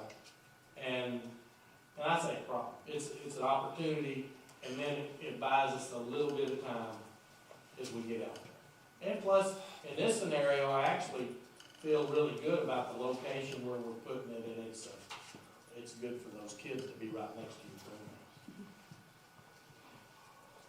So those that you were coming new, is that what you said? They're not new, no. They're just in better condition? They are in better condition. They have been used as a classroom in AISD this year. Okay. Or I guess ended. They're Taylor. Yeah. That was the end of last year. Okay. Because they took Taylor Elementary out. When did they go into was it start of the year that they started homeschool at Taylor? I think it was. I like it because it buys us a little bit of time, just a little bit. Don't have to think about another bond election or anything like that. They're at the high school, and we can always sell these when we're done. That's is the other thing. It's not like, now, you're not gonna get all your money back, but it's pretty inexpensive space. And again, I don't see any way that we would wanna keep those for a long period, but as I think Carol mentioned to me, we always can use space for storage or something. I thought it was portable and left it. I was talking to you, didn't know the difference. Because you were. But that was portable. I'm just saying. I know I'd ask about security. Okay, so- Anything like that you guys have concerns about? I mean, that really bothers me a little bit. Yeah, so one of the things right next to the ag mill right now, we've got a fence, we put in a walk gate and a sidewalk, there, you know, we've kinda got a game plan of where to put these buildings. We come out down that sidewalk that's already going to the greenhouse, and we come off of that to two portables. They open doors to each other, and so you have a sidewalk and then ramps to both of those, because you're required to have ramps. And then the other one is the one by the greenhouse would be down a little bit farther, and, so we have that walk gate, and it would be, we've already got it's a chain link that we've got, on the south side of the drive by the baseball field. We just extend that. And it's just it's a straight run of having to extend it. You wouldn't have to enclose it, because you're already enclosed on one side, so. I think it would be pretty easy to get into. So, anyway, the guy that's delivering the YMCA, he's the same one, that portable, he's the same one that had purchased those at AISD. Security wise, you don't want it easy to get into that, do you? Is that what you're? No, I think he's talking about easy student access. Yes. Yes, No, yeah. We were talking about security, though. Right. Yeah. Easy access for students, which is what we're always trying to figure out how to, because it is remote. So, I mean, you are leaving the building. That is true. Let's see if there was anything.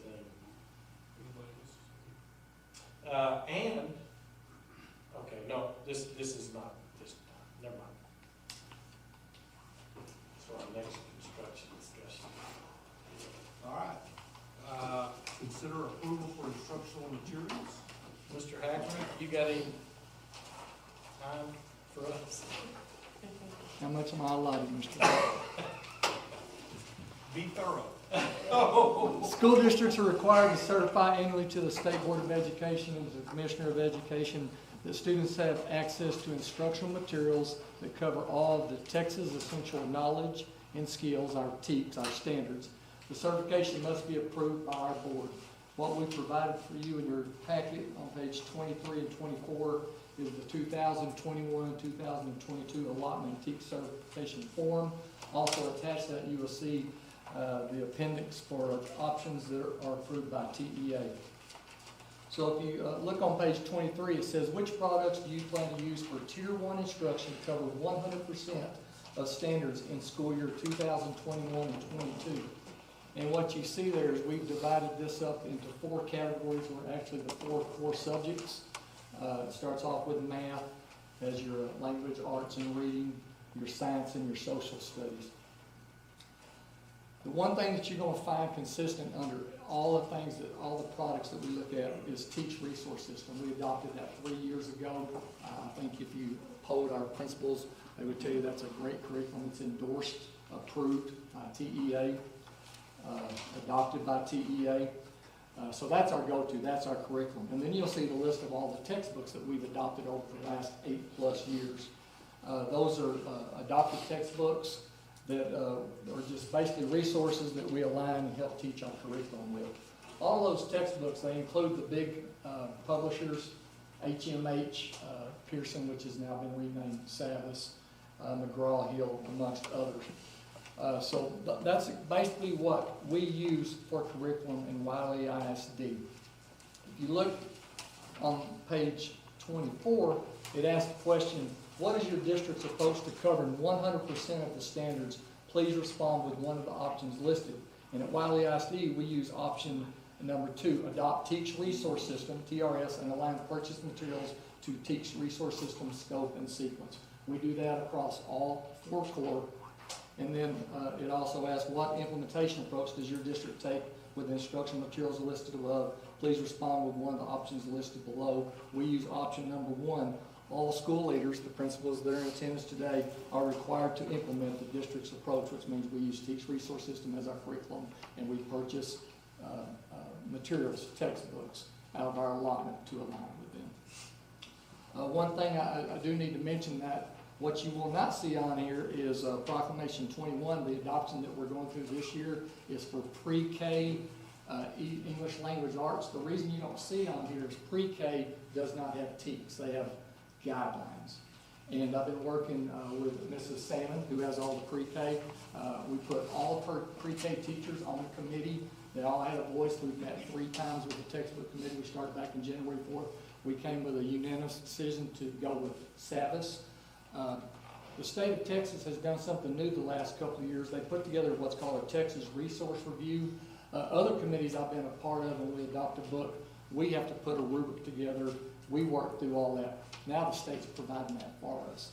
And Savas was 100% on all the guidelines, so we feel very comfortable going that. But once again, you don't see that on there on this list because pre-K does not have TEKS. So what we're asking for tonight, well, first of all, are there any questions on page 23 or 24? Has anything changed? Obviously TEKS is the TEKS resources has it, but has anything, did you change anything with, or is it the same as what you've been doing? What you see here is the Teach Resource System is the newest thing we've done in the last 3 years. The last 2 proclamations have all been language arts. So 2 years ago, we purchased K through 8 with our allotment. And then the following year, which would have been last school year, we purchased 9 through 12. And then the last one's going to be 3. So that's everything that's new. All these other textbooks that you see on here, those are previous proclamations. We usually sign an 8-year, well, we sign contracts with the publishers, but it's an 8-year adoption. So everything you see on here is in the last 8 years. Did that answer your question? And this format that we have right now is a little different than we've seen every other year. It was a much shorter adoption previously. It was like a 2-page. Yes. And all you were doing was saying, we're adopting basically all these materials that meet these standards. Which you see in the appendix. Yeah, that's part of that's the appendix. But we wouldn't do it for every... They've asked us this year to show the board and show our community exactly what we are using. Yeah. So it's a lot more information there. Now, Teach Resource System does give us a lot of flexibility because that is our curriculum. So in the future, when we do purchases out of our allotment, we have a little more leeway on what we use. I think we would probably always, we'll always use the principal's input. We'll always go with a committee which consists of the teachers, and they make a recommendation to the principals. But you want to go with what's on the adoption list, which is usually going to be one of the big publishers. And if we keep using this resource board, we're always going to go with one that obviously goes 100% of the TEKS. So what we're asking for tonight is if y'all would consider, I'd ask that you consider approving this instructional material allotment and TEKS certification for 2021-22. If you do approve it, we can start purchasing materials out of the new allotment. Did they add, or did y'all add anything that might raise some eyebrows in any way? As far as curriculum? For this year, yeah, so this, I'm looking through the list, and I didn't see anything. No, sir, none of those are new. Those are all purchased and approved. The only thing that is new for this year's Proclamation 21, and that's the pre-K ELA, and that will not raise any eyebrows because the committee consists of all the teachers.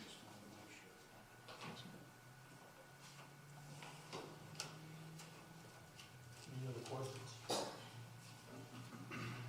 Thank you, Mr. Hager. We probably ought to approve something, so we can get stuff to I move we approve the instructional materials allotment and TEKS certification for 2021 and 22. You get that, Desiree? Thank you, John. Thank you. Any other questions? All those in favor, please say aye. Aye. Opposed? Passes unanimously. Bank depository, Mr. Light. I'm gonna ask Carol, but she really deals with the banking part of this, and I'm gonna ask her to make comments about our proposal. We have been with Prosperity Bank since 1993. The bank depositories must be, the contract must be renewed every 2 years. You can do up to 3 extensions after you do a bid process. Our last bid process was in the 17 to 19 school year, so we have 2 more contract extensions that we can do with them. We've been real pleased with their customer service and willing to work with us with our financial needs. So we're recommending to go with Prosperity Bank and just extending the contract we have with them as opposed to going out for bid with the other banks in our area. This is the last extension we can have under this bid, correct? Isn't that what we talked about? I think that's right. Yeah. You can only extend so many times before you have to rebid. Right. They did ask to adjust the interest rate from the 0.75 that we're getting now in our checking accounts to 0.20, which is still above what the pools are doing. It's still as good as anything that's available to us. And there weren't any other changes in the contract that they requested.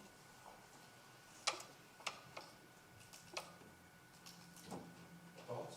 Questions? I will say, over the years, they've been real easy for the ladies in the office to deal with, and we've had no reason to change. I mean, if they were not delivering on their services, we might be eagerly looking to change, but that hadn't been the case.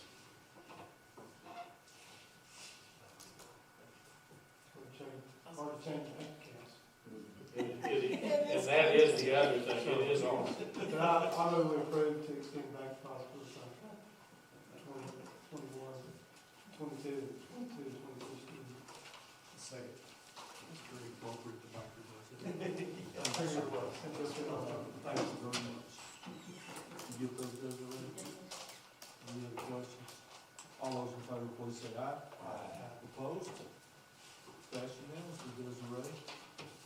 Let's see, approval of seating expansion for the stadium, Mr. Wright. Yeah, if y'all remember, we've been talking about this for a while. We had Landon Gray from Marco made a presentation, and a letter that I sent out after that presentation, I put kind of like the timelines, if we wanted it, no doubt about it, April 15th was the time we needed to pull the trigger, and then there were some other times available. So that's why I brought it tonight. Let me just say, in reference back to our discussion of money to do phase 2 of the East Intermediate, you know, this was not necessarily in my original, you know, if you go back to where we were before we turned loose on the East Intermediate phase 1, I was looking for a low-cost situation. I think piecemeal is the term, you know, on the cheap. You know, that's kind of the way I operate. Anyway, so I could have kept that in the budget if we'd have done the cheap solution. And I think there's wisdom to, I think what y'all saw was a better long-term solution. But I'm very concerned about being able to afford this at this time. Because y'all remember, I mean, it is going to be close, and if we have much inflation on that phase 2, which is the interior finish out, I'm very nervous about where we're going to land there. So even though I really appreciated all the work Landon did, and I think he's got a good proposal, I don't necessarily think it's time right now, but I would, and I was talking to Steve about this, you know, we are looking at once every 2 years where we think it's a big issue, and that being the Abilene Cooper game. But we do have some options as far as creating some space, and that would be, you know, both bands take up a lot of room in the stands, and we could do what we did for COVID. If we need to create, you know, that many seats, we can sit the 2 bands on the track. And that's once every 2 years that we'd have to do that. So I don't think that's a, you know, it's not the best scenario, but it's not a terrible thing to do. And you know, we have practiced, or we have put our band on the track last year. We have a lot of extra seats. We had graduation with tennis balls on the feet of those chairs, and so we think with the information we also received from Cooper, which was that the last game we played with them, the ticket sales were down substantially, of course, from the first year. We think that there were just around 7,500 folks in attendance the second year. If you remember, the first year it was 14,000, and then it dropped precipitously. And then last year, of course, the game was canceled, so we didn't get any data on last year. But I feel like we would be going out a little bit on a limb. The returns on it are limited. And we can, so It's kind of, I mean, I So I feel, I mean. I'm just sharing with you is where I think we are, and yes, you're right. But I felt compelled to bring it because of the timeline, if y'all had a strong desire to do that. Remind us the amount. $250,000. And if, looking into the future, if and when we were getting ready to do this, when do you think that would be? Well, I think of course, the next time around, some of you guys in coaching, we're in this coming year is the second year of the biennium for the football contracts. So, next year they are coming to our place this coming year. The next year depends on, we don't know because. Well, I'm not talking necessarily about that, I'm just talking about money-wise. I hadn't looked that far down the road. Money-wise for costs? For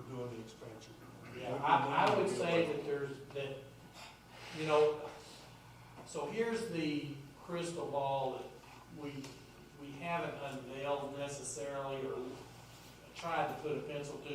You know, we've gained enrollment this year. So we're gonna have more revenue from that.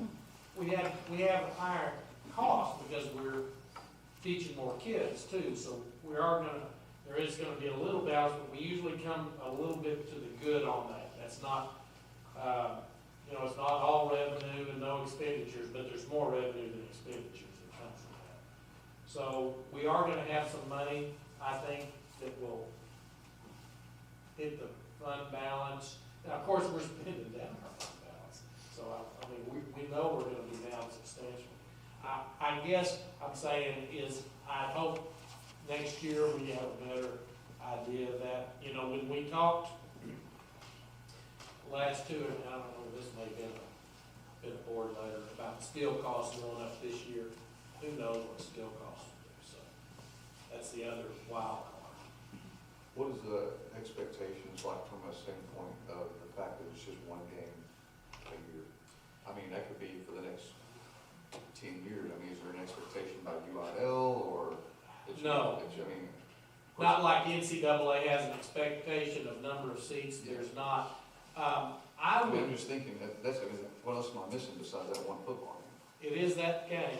And so one of the things that, and I think the guys in this room have been pretty involved in high school football over the years, is you get bigger.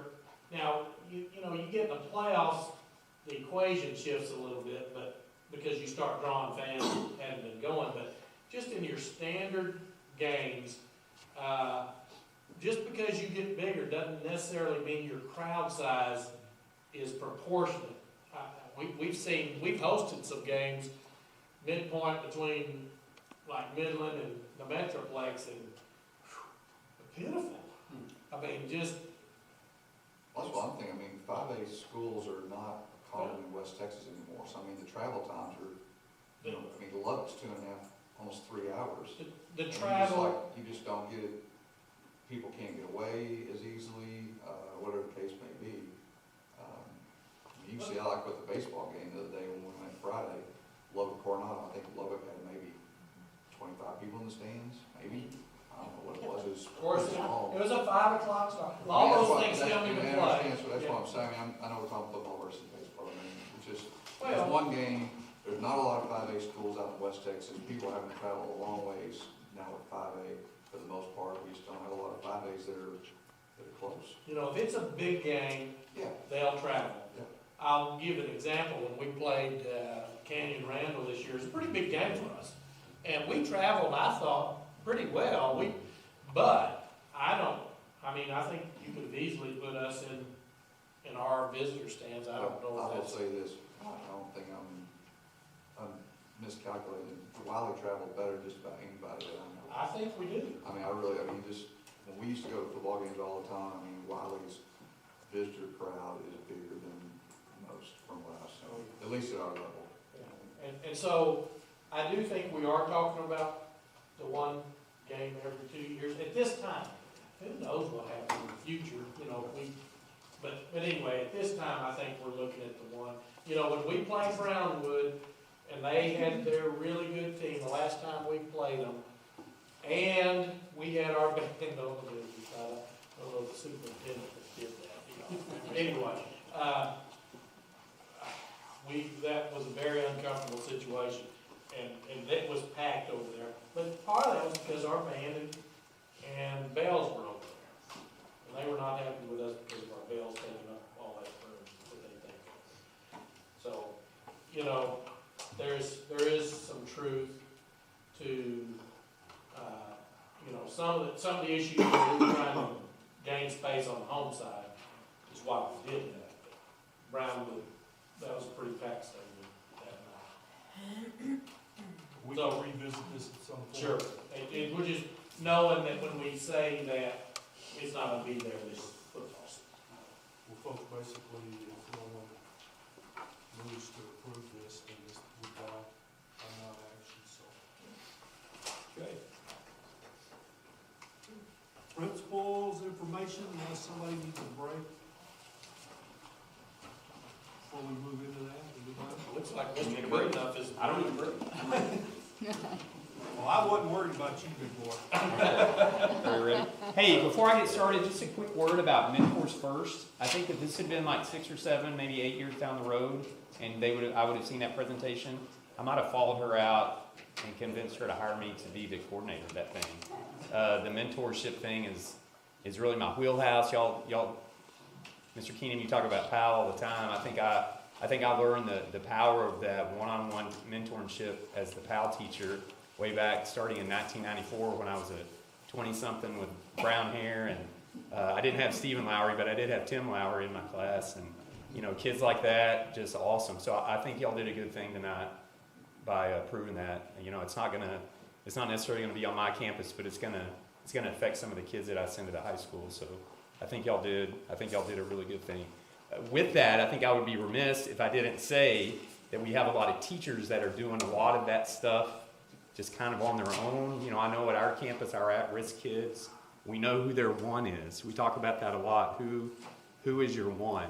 We want all the kids to have that one person that they can go to, but I think bringing outside people in, I think y'all did a really great thing today. All right, moving forward. Last Friday, I went out in the parking lot at 7 a.m. or 7:30 a.m. to direct traffic, and I was out there and I thought something wasn't quite right. I thought, is my shirt tail hanging out? Something, is my zipper not up? I mean, I could just tell my shoes untied, and I realized that I didn't have my mask on. And we've been wearing a mask all this time, and my assistant principals and myself, even when we relaxed the mask rule at my campus, we thought we're going to still wear ours for our teachers and students. But it was so awesome to be in the parking lot without my mask on that I didn't wear it the rest of the day, and I didn't wear it today, and I don't know if I'm going to wear it anymore. So I'll just throw that out there. But it was kind of a refreshing, I didn't have my mask on first moment. So anyway, whatever that's worth. Hey, we currently have 688 students. The best thing about today that I looked up, we are down to the lowest number of at-home kids we've had all year long. We only have 27 at home. That's the lowest number that we've had all year long. Hey, STAR testing is underway. We did 7th grade writing last week. May 5th through the 13th, we will do the rest of our STAR testing, and we're hoping for some great results. We know the kids have been working hard. We had our UIL meets since the last time I stood in front of you, our UIL academic meets. Our 5th and 6th grade went in Stephenville, 7th and 8th grade went to Brownwood. Lots of success, lots of medals won, and lots of ribbons won. Great job by everyone. Our 5th 6 weeks ended Friday. Our final 6 weeks started today, so we are actually in the last and final 6 weeks of the school year. We're excited about that as well.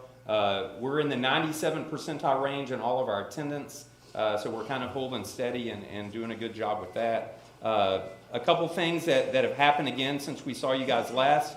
Our bells and cheerleader squads for next year have been chosen. Tryouts happened. Those squads have been chosen. Our T-test evaluations on my campus, all of the T-test evaluations have been completed. The observation piece, I actually did 2 summative conferences today, so 2 teachers are totally wrapped up with theirs, and we'll continue to do that to hit that deadline on May the 1st so that we can have our teacher list ready to go. And we've already started planning our schedule for next year. We're hot in the making of our schedule for next year. We had a meeting about that today for about an hour. Ms. Christian and I did, and we'll continue to do that. We're still in the midst of 2021, but we are definitely planning for 21-22. And we have already hired 5 teachers on my campus for people that we got some early resignations. I've never, in the history of being a principal, have I hired 5 people by April, and so we're super excited about the quality of candidates that we've been able to find, and we're placing some good teachers and we're replacing them with some really awesome people. Hey, so this is year number 2 at Wylie East Junior High, but because of the craziness of last year, we're doing some things for the very first time this year, and that's how I'm going to close this. I'm going to share some firsts with you. This year so far, first time ever at Wylie East Junior High. Our 8th grade football team, they went winless last year. They won some football games. We got that group of guys won a football game for the first time ever, and it was awesome. And that winning has kind of continued to build. Last year, we got beat up a little bit on some of the football fields, basketball courts, and we're making some strides. Our band and choir won the first ever UIL trophy this year. We've got some trophies. It's our first ones. We're starting to fill up or not fill up, but we're starting to place in our trophy cases some trophies that we're winning, which is awesome. Our TMSCA squads had our first ever kids to qualify for the state meet. We have 8 kids that have qualified, and as you know, when we just had one junior high, we used to send just a busload of kids, and so for us to have our first ones at the east side, we're super excited. We had our first ever DI teams qualify for globals. We have two groups of Wylie East Junior High kids that have qualified for globals. For the first time ever, we returned from school after spring break. We didn't know what that looked like, and we did it this year. We are going to school in April at the east side for the first time ever. We didn't go to school in April last year, and so we're doing it for the first time ever. It's our first time to be in the 6 weeks. It's our first time to have soccer. We didn't have soccer season last year, and we're doing soccer for the first time ever, and we're super excited about this. We're going to have academic awards this year that we didn't have last year. We're going to have an 8th grade fun day that we didn't get to have last year. And we're going to have a final day of school that actually is at the end of May this year. So those are some first things that we've been able to do. And the last first, and this happened last Thursday and Friday night, we had our first ever musical. Last year we didn't really have the kids to pull it off, and we didn't have one. Mr. Amonette, they had a great musical last year, and we didn't have one. And this year, our teachers decided we were going to do it. I was excited that we were going to do it. The reports leading up to it were not great. I think there was some apprehension. It's our first time ever. Maybe dress rehearsal didn't go quite so well. So Thursday night I rolled into the Performing Arts Center, not really knowing what I was going to see. And I will say that it was probably the proudest moment I've had as the Wylie East Junior High principal, watching those kids perform. Hey, the first time, and they sang this song twice. They did it in the middle and at the end. But Mary Poppins was the show. I don't know if any of you saw it. But supercalifragilisticexpialidocious. When they sang that, I kid you not, I was sitting behind about 25 of our teachers who were there, and I was on the row right behind them. And it really was one of the proudest moments that I've had. I just thought, hey, we've made it. Like this school, we had a rocky, our building wasn't ready, and then we had COVID, and then we've been wearing masks. And I thought Thursday night, watching that show, I thought, Wylie East Junior High is for real. We're a real school. So, hey, I thank you guys for letting us do what we do. Hey, we've got so many great kids in this district. We've been interviewing a lot. I've been on the interview committee with Mr. Vaughn, and he can attest to this. Every time we interview someone, I tell them the very best thing about Wylie are our students. That's the very best thing. We've got great kids, and this is a great place for kids, for us to all raise our kids. And anyway, thank you all for everything you do. Thank you. Thank you. I keep telling him it's a superintendent. He's next to this line. That's the second best thing. Okay. All right. So good evening to ladies and gentlemen. We're going to talk about Wylie West Junior High. You have the information sheet there in front of you. I try to keep it to one page, but there's a lot of stuff going on in the spring, so it's 2 pages there. Our student numbers, we're currently at 865 for the 5th through 8th grade. We're up 29 students from last year's count during this time. Our online numbers are holding pretty steady. I mean, we started out over 100, but now we've been down to about 54 for a while, and only 2 are in quarantine, so that's a really good testament of hoping that things are changing a little bit with our COVID situations. Now that's quarantine, and that's not an active case. They're not an active case, it's just somebody in the home or something. Yeah, somebody in your household or something. But those numbers are way down from what they have been. So I think that the decision that we made about, giving options, I think that's all worked out so far, so good. Overall attendance 97.9. I'm going to kind of go through here. If there's something that you have questions about, welcome to stop me or ask. I talk about the lead class all the time. We're still working hard with that. Mr. Keenum, that is our future PALS kids. We got about 15, and hopefully we'll train them to become PALS when they hit the high school. But they are doing a peer assistance with our 5th grade classes and going in there and helping the teacher out with things they need. They do different things on every Wednesday. They do that. We read with the dyslexia kids, go out to the playground and play just a bunch of different things that they're doing there with them. And Ms. Riston leads up that program and does an amazing job. He mentioned we went to UIO in Stephenville and Brownwood. Stephenville, 5th and 6th grade, we took 82 kids to participate. And in 7th and 8th grade Brownwood, we had 86 kids to participate. And each kid just does one event, so that gives everybody an opportunity to participate, and we had a great turnout there. Mentioned STAR testing, so I'm not going to go over that. Soccer season has started. Track finished up the end of March. Our next theater production is Hairspray, and that's April 23rd and 24th at the PAC at 7 p.m. So tickets are already on sale. I think she said we still are 2 weeks out and have sold almost 700 tickets so far. So before you go any farther, let me just say on the UIL academic, we talk a lot of times about opportunities for kids to compete, and that was a big driver for the East and West Junior High. But what he just said was there's 160 kids that participated in UIL, and that's all Wylie ISD would have had before the two junior highs. Now we got 160 over here. We took about 125. So you can see we got a lot more kids involved in a lot of things. So that's we do. That's and then great. we keep it to one student to one event. A lot of schools have multiple students doing multiple events, but with that, it allows a lot more opportunity for our students. So. Hey, and I don't want to get on M&S time, but one thing when I really noticed this year, our volleyball teams, 8th grade A teams, it was like a great competition between the two of them. And I'm watching them play, and I thought, if this was the old days, all these kids would have been the A and B team. And they were the two A teams. And then there was, 30 more kids that got to play. So it's filtering down through everything, academics, athletics, cheerleading, everything, band. So I'm sorry, Double A, but I do think, though, I just think Start that... your time back. Oh, yeah. I'm sorry. Stop this clock. Hey, but it really is. It's been unbelievable, the number of kids that are participating. It has been very good. Course selection, he mentioned, we are working on that currently. Going to get all that information out soon. There's a few changes that are happening with 6th grade course selections. We're looking at going to a exploratory wheel or a tripod type to give our students more options to look at these classes and kind of explore in the 6th grade what they're going to move on into in the 7th grade and 8th grade. We're looking at a 12-week cycle with digital citizenship, 6th grade theater arts and 6th grade art, and then looking at having our 6th grade students try out band and choir. Also investigative math is an elective at that time, so the ones that qualify for that can choose between the will or investigative math or band choir, those kinds of things. And then there's some other options with students that might be in double block math and less electives. So we're definitely going to work with our students through that process, but think overall it's going to give them an opportunity to be involved with multiple things and be a part of multiple things.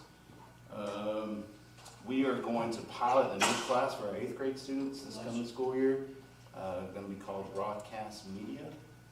So it's going to be kind of a podcast, radio type class that we're looking at. Really excited about that. I think it's going to be a good thing. Miss Hurst's class is currently, her advanced class is working on a presentation for me. I don't realize I've already said okay to this class, but they're doing a presentation this Friday actually to talk to me about how important this would be for our students.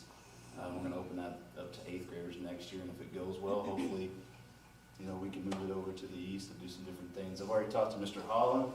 He's very excited about trying to build a program at the junior high level to move them up to the high school with the AV and different stuff like that. So I think it's going to be a good opportunity for our students.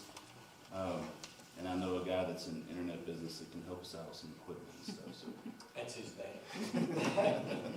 We had a staff meeting on the 31st. Mr. Vaughn came and talked about TIA, Teacher Incentive Allotment. So I know he's going to talk about that tonight, so I just brought that up.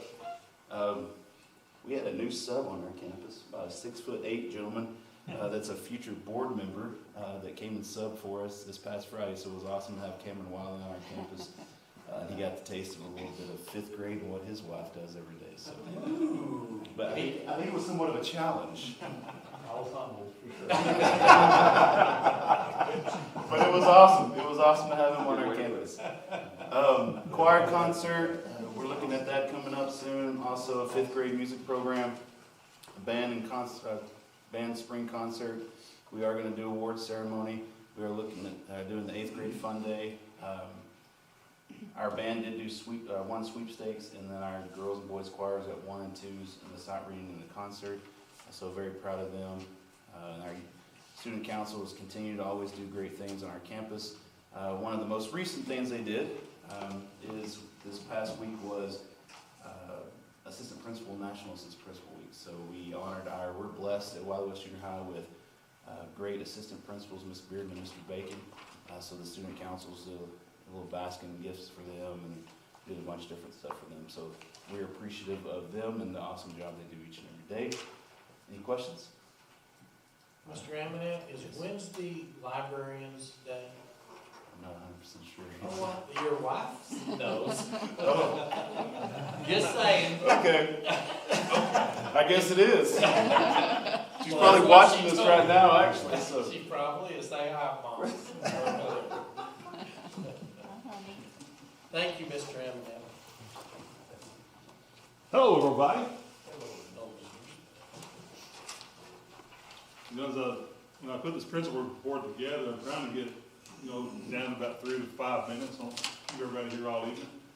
And then I sit back here during the board meeting and I look over and add this and write this down and jot this down. And so I'll still try. That's my goal. But you can see our enrollment numbers there. Currently, we're at 1,280. In February, we're at 1,298. I believe we topped out at 1,304 was our highest number for the year. And so, but this is, our high numbers are always in the fall semester. Then the spring semester, that's just normal, just taper down a little bit. So that's about where we expect it to be. And I just sit back there thinking, okay, what all is going on at Wylie High School? T-test evaluations, in-the-course testing, interviewing and staffing, scheduling, ag judging, regional UILs coming up on Thursday of this week in Lubbock. By the way, if anybody needs to know how to get to Lubbock, I can tell you how to get there. We have district tennis taking place the next 2 days in Lubbock. One act play is now in the 3rd round. We're district champions, by-district champions, and received the first place by all judges so far. And so we're really doing well. If you haven't seen it, I'm telling you, it's worth the trip to Lubbock to go watch. It's going to be at Lubbock Cooper. It is really, really good. It's amazing how talented these youngsters are in acting. Baseball, softball going on. Baseball is currently in 2nd place at 7-2. Softball is in 4th place. Area track meets coming up. Our girls were district champions and came down to the mile relay. And they won the championship of the mile relay, very exciting. And then our boys finished 3rd, very, very competitive team. Had some AC issues, as y'all are aware. And I want to say this before going further. I want to thank Mr. Light tremendously. He's been a lot of help at our campus during this issue. He's on the phone constantly with Train. He's keeping us updated, helping us get fans. One day after work last week, we saw it was going to be around 90 degrees the next day.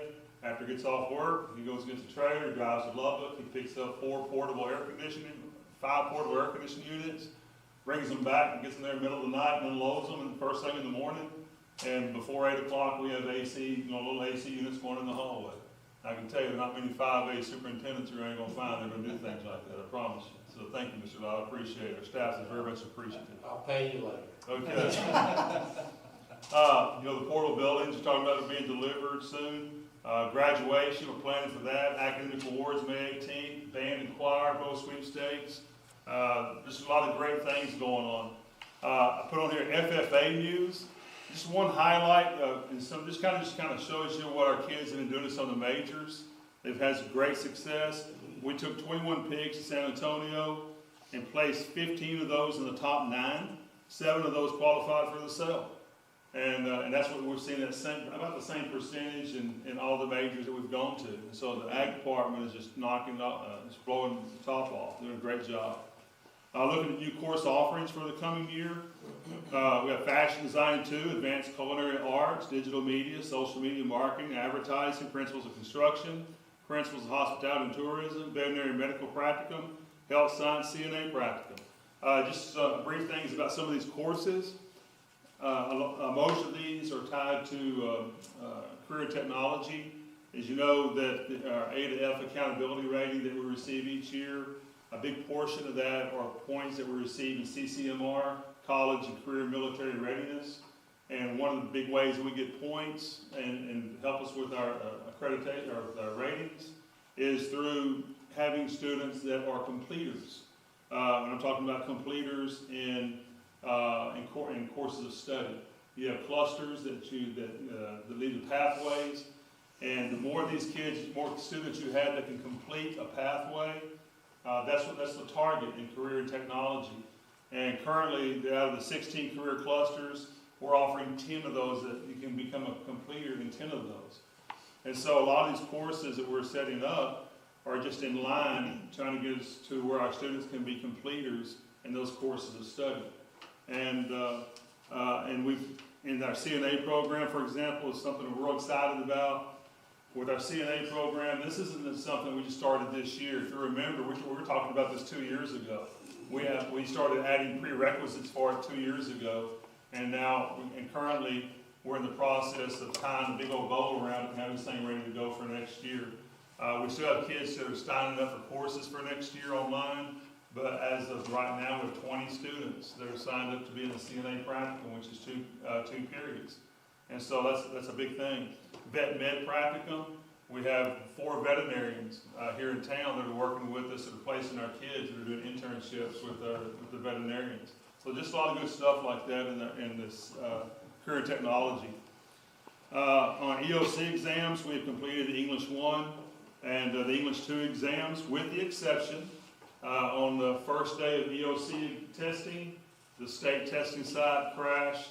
And so we have several students that were working on online testing that were not able to test, and their makeup is scheduled for tomorrow. The other 3 exams are scheduled for the week of May the 3rd.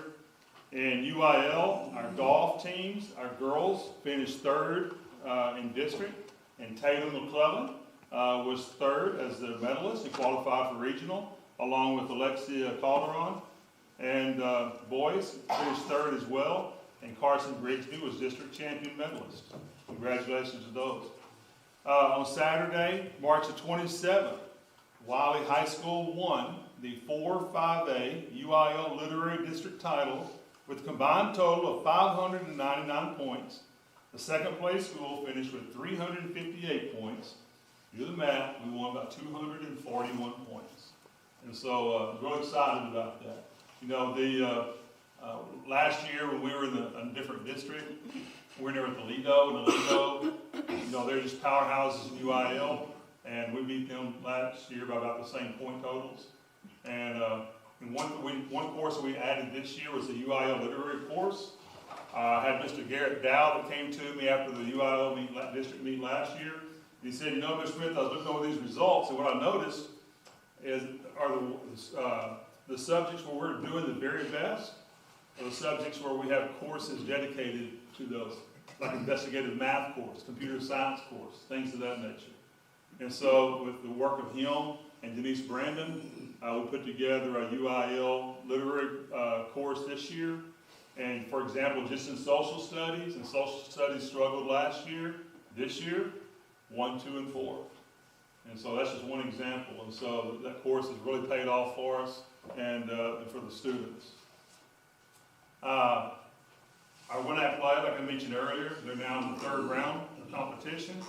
A girls soccer team, a girls soccer team, they finished 3rd in district, and they went on into the 4th round of the playoffs.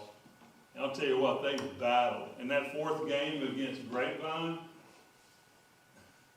the whole first half was within our on the 30-yard line, when you say, Mr. Light. I don't know how many shots. We blocked and blocked and blocked, and just continued to battle. And we ended up losing 3-1, but one of the goals we gave up was on a penalty kick. And so it was... on a questionable call, I might add. A long way from the goal. But anyway. But Grapevine's still playing. It wouldn't surprise me to see them win it all. They're a very talented team. But our girls just fought really hard. Very proud of them. And especially when you have Coach McAdams, a first-year coach right out of college, doing that well, taking the program that far. That's tremendous. Powerlifting, this is our first year for powerlifting. And we had 2 girls who qualified for the state meet. Marissa Machado placed 9th, and Riley Ross placed 10th. We also had several boys to go. We had, for the boys, we had Noah Beach, who placed 5th, Xavier Collins 4th, and Jackson Lunsford 11th. And this is at the state meet. Reese Gooding and Joel Scott also qualified for the state, but had injuries that did not allow them to compete. Lexi Miller was selected to the 2020-2021 All-State Volleyball team. In academic All-State Girls Basketball, McKinley Bacon, Mason Lambert, Emma Melton, and Stacey Woodard. Purple Dog Company. I asked Lainey Alcorn if she'd just kind of give me a little write-up, a little synopsis about what else has been going on in the Purple Dog. First off, there's a link here that on your forms that you can go to that link, click on that link, and it will give you an example of the videos and a logo that was created for ACU that was created by our students. You also see other designs from this year they've created. The Purple Dog Company launched the graphic design division in January this year. Our first major design opportunity was from ACU baseball. Our students created a logo that consisted of a Wildcat and catcher's gear. The logo will be printed for ACU catchers on a t-shirt for next year's teams. We also hope to have started a new tradition for our sports teams. Coach McIntyre came to the Purple Dog Company with an idea for individual promo videos for each player to increase social media presence for baseball recruiting. We filmed each player on a green screen and created their videos. We're also working on social media graphics and logos in collaboration with the baseball team in Wylie High School marketing. One of our students, Griffin Kennard, filmed and created videos for the baseball team. We're able to contact Pink Goose Media and get Griffin an interview for an internship job through his work on these projects. Griffin has taken principles of AV graphic design, advanced graphic design, sports fashion marketing, entrepreneurship, and now is a member of the Purple Dog Company. Pink Goose Media is now a community partner with our graphic design program. And that's just an example of some of the work that's been going on behind the scenes with some of our students. She goes on to say, we believe our students are being set up for success in the future with these opportunities and are grateful to our staff and administration for supporting all of our ideas. And then I have down there CNA. I just wanted to reiterate the CNA, the program that I talked about earlier. Already have 20 students signed up for it, and we're in the final stages of having an agreement signed with Windcrest Health and Rehabilitation for our CNA program. Any questions for me? And I might add that we have a new crew for our video. We do, absolutely. Look around, these are all new faces. So, yeah. We'll get some experience in that as well. That's right. I tell you, Mr. Holland, Mr. Holland's one of those that comes to me with, hey, I have an idea. You know, that's what you like. You know, you like to see that. So thank you. Thank you. Teacher incentive allotment, Mr. White. Mr. Vaughn has all we need to know about teachers. All right. I don't know, I'm thinking that we don't need to know a lot. Put a lot of information to absorb.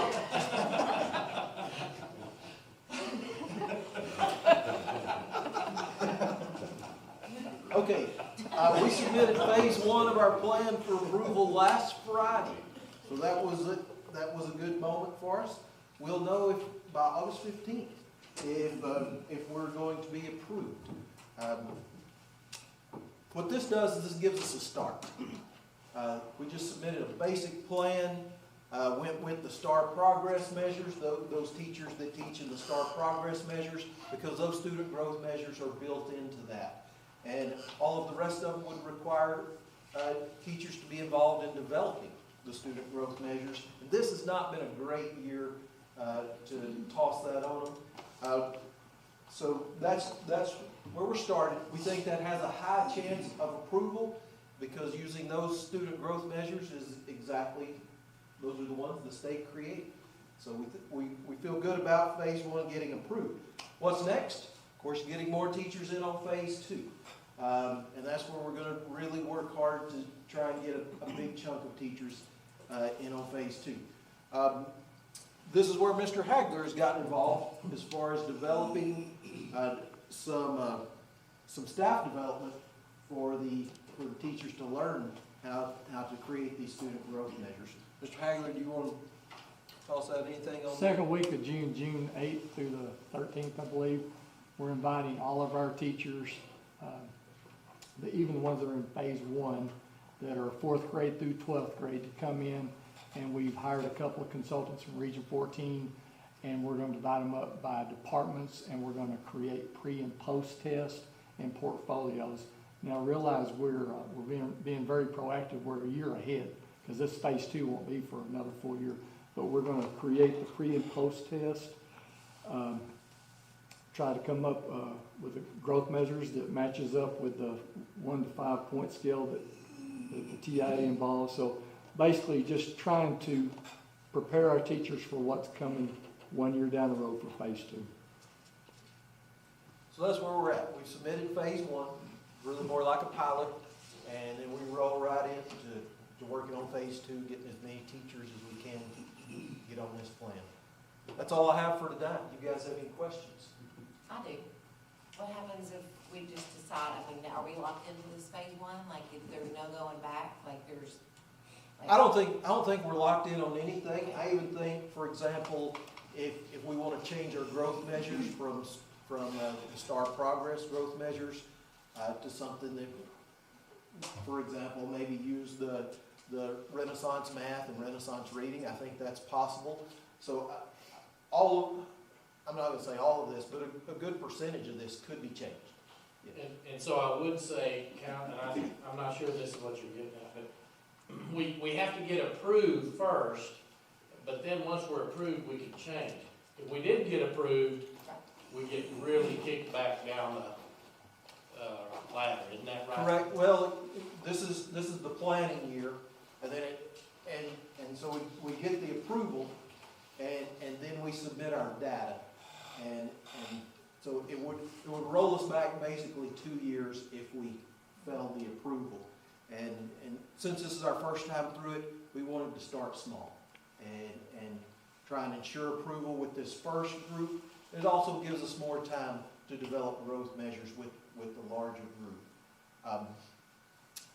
Mr. Agler and I have been to some workshops we went to one Region Service Center with TEA. We've asked some questions. I asked the question, why didn't you guys develop a model for us to follow? And just from beginning to end. And I got the stakeholder engagement response, and it's something they said they might do in the future. So everybody that I talk to is finding this challenging when trying to look ahead, getting to what's the end. Well, the completion is when we get every teacher where they have an opportunity to get on that, and seeing the end is a bit of a challenge, but we've got to start somewhere, and so phase 1 gets us started. I'll just be honest with you, I'm still very nervous about this. Sure. And I know you had to go through the process, I know we had to go through the process, but it just, I mean, I'm all about getting teachers more money, but I hope that this is the way to do it, because I mean, I hear more work for the teachers, having to learn more stuff, and more work for the administrators, and I guess it makes me nervous, because last thing you want is for morale to go down. You know, like, okay, well, and you can't opt out of it, right? The teachers don't have that option. They don't have to say, never mind, I don't want to do it, because it's a growth deal, so they have to do it, right? Well, it's a funny deal. We learned some of that. That first year you gotta get the data, but after that you might be able to opt out. Okay. Isn't that right, Mr. Long? Possible. We've asked some questions that have not fully been answered yet. You have to submit enough data for them to do comparison. Basically, it's designed for the top 30%, and so in the first round, everybody has to be evaluated. So they can't opt out of the evaluation process. If they said, hey, I don't want to be considered for that, they can do that, but they still have to go through the evaluation process. I don't know, it just still makes me. No It does. doubt. I mean, I would say all the administrators, we kinda had to go be pulled into this, because again, we just feel like, well, for one thing, if a teacher comes into our district and they qualify, they still qualify, they still get the money. And that could create a whole nother set of circumstances. Well, why didn't y'all go get that same deal? Wylie ISD, they're not, I mean, like, other school districts are not doing all their schools. A lot of That's them right. are doing because, and this is a testament to our teachers and administrators, it's really hard to show growth in our school district, and I think that's a great thing. I mean, because it's, you know, like, we have great teachers and great administrators, so I just hope it's, you know, I hope that we are able to figure it out to where it's a positive for our teachers and not a divisive, you know. It's to no work, nothing that y'all have done, I mean, y'all have done amazing work on it, it's just, I feel like the state has put us in a situation where, you know. No doubt, and I'm gonna say again, and everybody in here knows, Mr. Vaughn's done a great job in this whole process. And it is, you just end up playing the best hand with the cards you dealt sometime, and that's where I think we are. I've been studying a lot, and I'm a little anxious over it. I'm not sure where we're gonna end up. That's the challenge that I see is what's the completion? How do we get to completion? We kind of see how to start, but how do we get those teachers where the growth measures aren't as obvious? We were talking about theater. How do you show growth in theater, stuff like that? We're here in portfolio assessment. We don't have a lot of instruction on how to do that. So there are lots of questions. I probably have more questions now than when I started. I have a few answers. That's just how this is going to be. But what this does, Mr. Light used the term, it gets us off high center. It gets us at least started. And that's what we're trying to do, is get started and see where this takes us. So do we have, like, as a district, how are we gonna find ways, because obviously the state's gonna fund the teacher incentives, like, are we as a district gonna try to figure out a way to reward other people who are doing work? And, you know, I feel like that's gonna be something that we're going to need to look at long-term, like, we need to reward our administrators, because they're doing more work. You know, I mean, there's gotta be something to where eventually we're gonna have to commit to also it's not allotted for the administrators and the counselors, but I feel like that's going to be something that we're gonna have to look at. Sure. I think the core of the idea is, the way it's been forever, is teachers are rewarded financially only for just hanging around. And so the thought is can we come up with a model that rewards teachers for growth and getting stronger and being on the stronger end? So the idea, in my mind, is valid. How to do it is hard. It's just one of those things. It's not like manufacturing who sells the most stuff. It's just a little different. Any other questions? Thank you.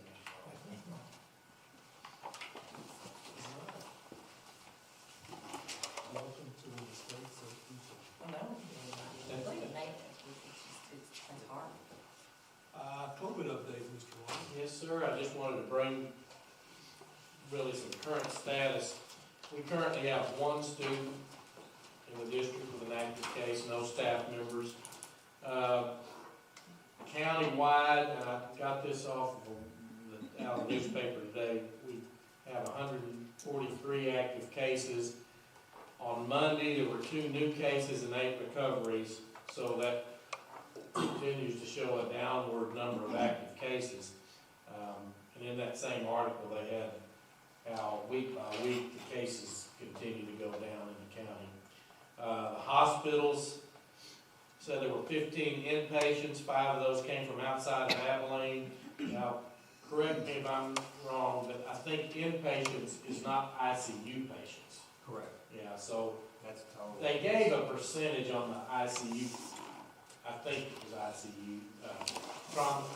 I'm not and it doesn't mean as much to me as, but the percentage is way down compared to where we were when we were right at 20% at one time. It is, the numbers are way down. Yeah. And it's continued to go that way. We're very grateful. Right. Been good. We dodged the feared spring break bounce. It just didn't happen. But of course, we hear the same thing everybody else hears in the news. There's a variant out there, and it doesn't look like it's in Texas yet. I mean, it may be in Texas. They may have found it in Texas, but the numbers in Texas have continued to drop. So those are good things to know. When we last met in a meeting in March 9th, one of the things that I asked y'all permission to do was to continue to look at different COVID situations and procedures and be able to make some decisions on some things that come up. A lot of things we don't always think about. For example, I'll tell you one Friday, it was 90 degrees outside the baseball and softball game, and we hadn't been having a concession, but I said, sell water. I mean, to me, that was a pretty good deal for Miller. She was thirsty. No. I was gonna say, I bought water. Anybody was there that was thirsty. I bought like thirsty? 5. Yeah. It's fine. Okay. But that's just one. I mean, there's all kinds of things that COVID gets its finger into. But some of the others that are big ones that we kind of need to get out there, and I want y'all to kind of know where I stand on this. But graduation, you know, we're having graduation at the Expo Center at Fairgrounds, I guess it's the County Expo Center, and they do not have restrictions right now. And of course, that's the last Friday in May, and I would like to allow, you know, families to go to that. So really, we're lifting restrictions for graduation. That would be my direction that I would like to go on that. Also, some other things are, you know, field trips. We're trying to line out going to field trips like Safety City and the zoo and Frontier, Texas, some things like that. Banquets, like the all sports banquet. Now, I will say the banquet boosters put out a communication either today or yesterday that basically said it was going to be allowed for varsity only and the kids only, but that was not what we communicated. I think that ought to be something the parents ought to be able to celebrate with their kids. So I don't know exactly where we're going to land on that, but that was and Coach Martin and I had talked about that, so he's not real sure how that went in that direction. But my desire would be similar to graduation where the parents could, and family members could take part in that. And then also the awards assemblies, the same mindset. Those are generally the last couple of weeks of the school year. You know, if we continue to move in the direction that we're in, in my opinion, the number of that's one of our positive things that we do. We're recognizing kids for the good things that happen for the year, and really our parents haven't been allowed on campus up to this point. So that's I wanted to share that with y'all, and you know, if y'all had some feedback, I'd be glad to. I'd suggest that what we do probably should be determined by what's going on, because if things continue like they have, then it would be fine to have families there to support their kids, and I would love that. But, You know- but everybody needs to be prepped, if something changed dramatically, we just can't allow that. Right. And for example, graduation, we've already had people call the office asking about, are we gonna be, are our family gonna be able to come, are we gonna be able to make plans to do that? And I know that's one. I think you also said award assemblies was the question. So anyway, that's my thought on it. I would say this, if the bottom drops out of it and we go, Which doesn't look like it's gonna happen. well, But if it did, we're 6 weeks out, and as we have seen, a lot of things can happen. Well, to be quite honest, you know, you look back 10 weeks ago, you'd say we were in a lot different situation 10 weeks ago. About a month ago, it was moving in the right direction.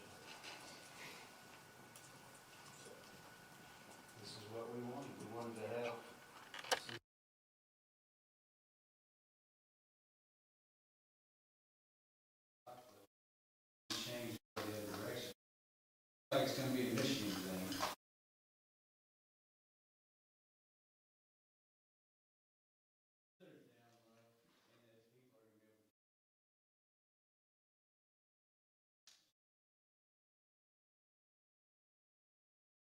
You know, I will say this, it would be, you just look at, I just look at what's happening right now when I go to the grocery store or whatever.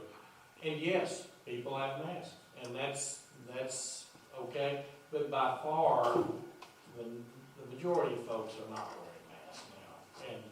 But I think that's just an option that everybody ought to, have that option available. And so, I know there's other public health considerations, and I do think as we continue to look on,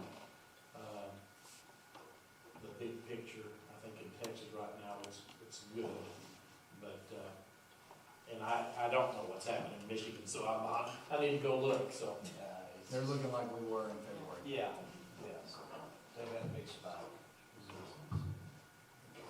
So that's my COVID. Questions? Well, thank you everybody for being here. We're going into executive session. Y'all take care.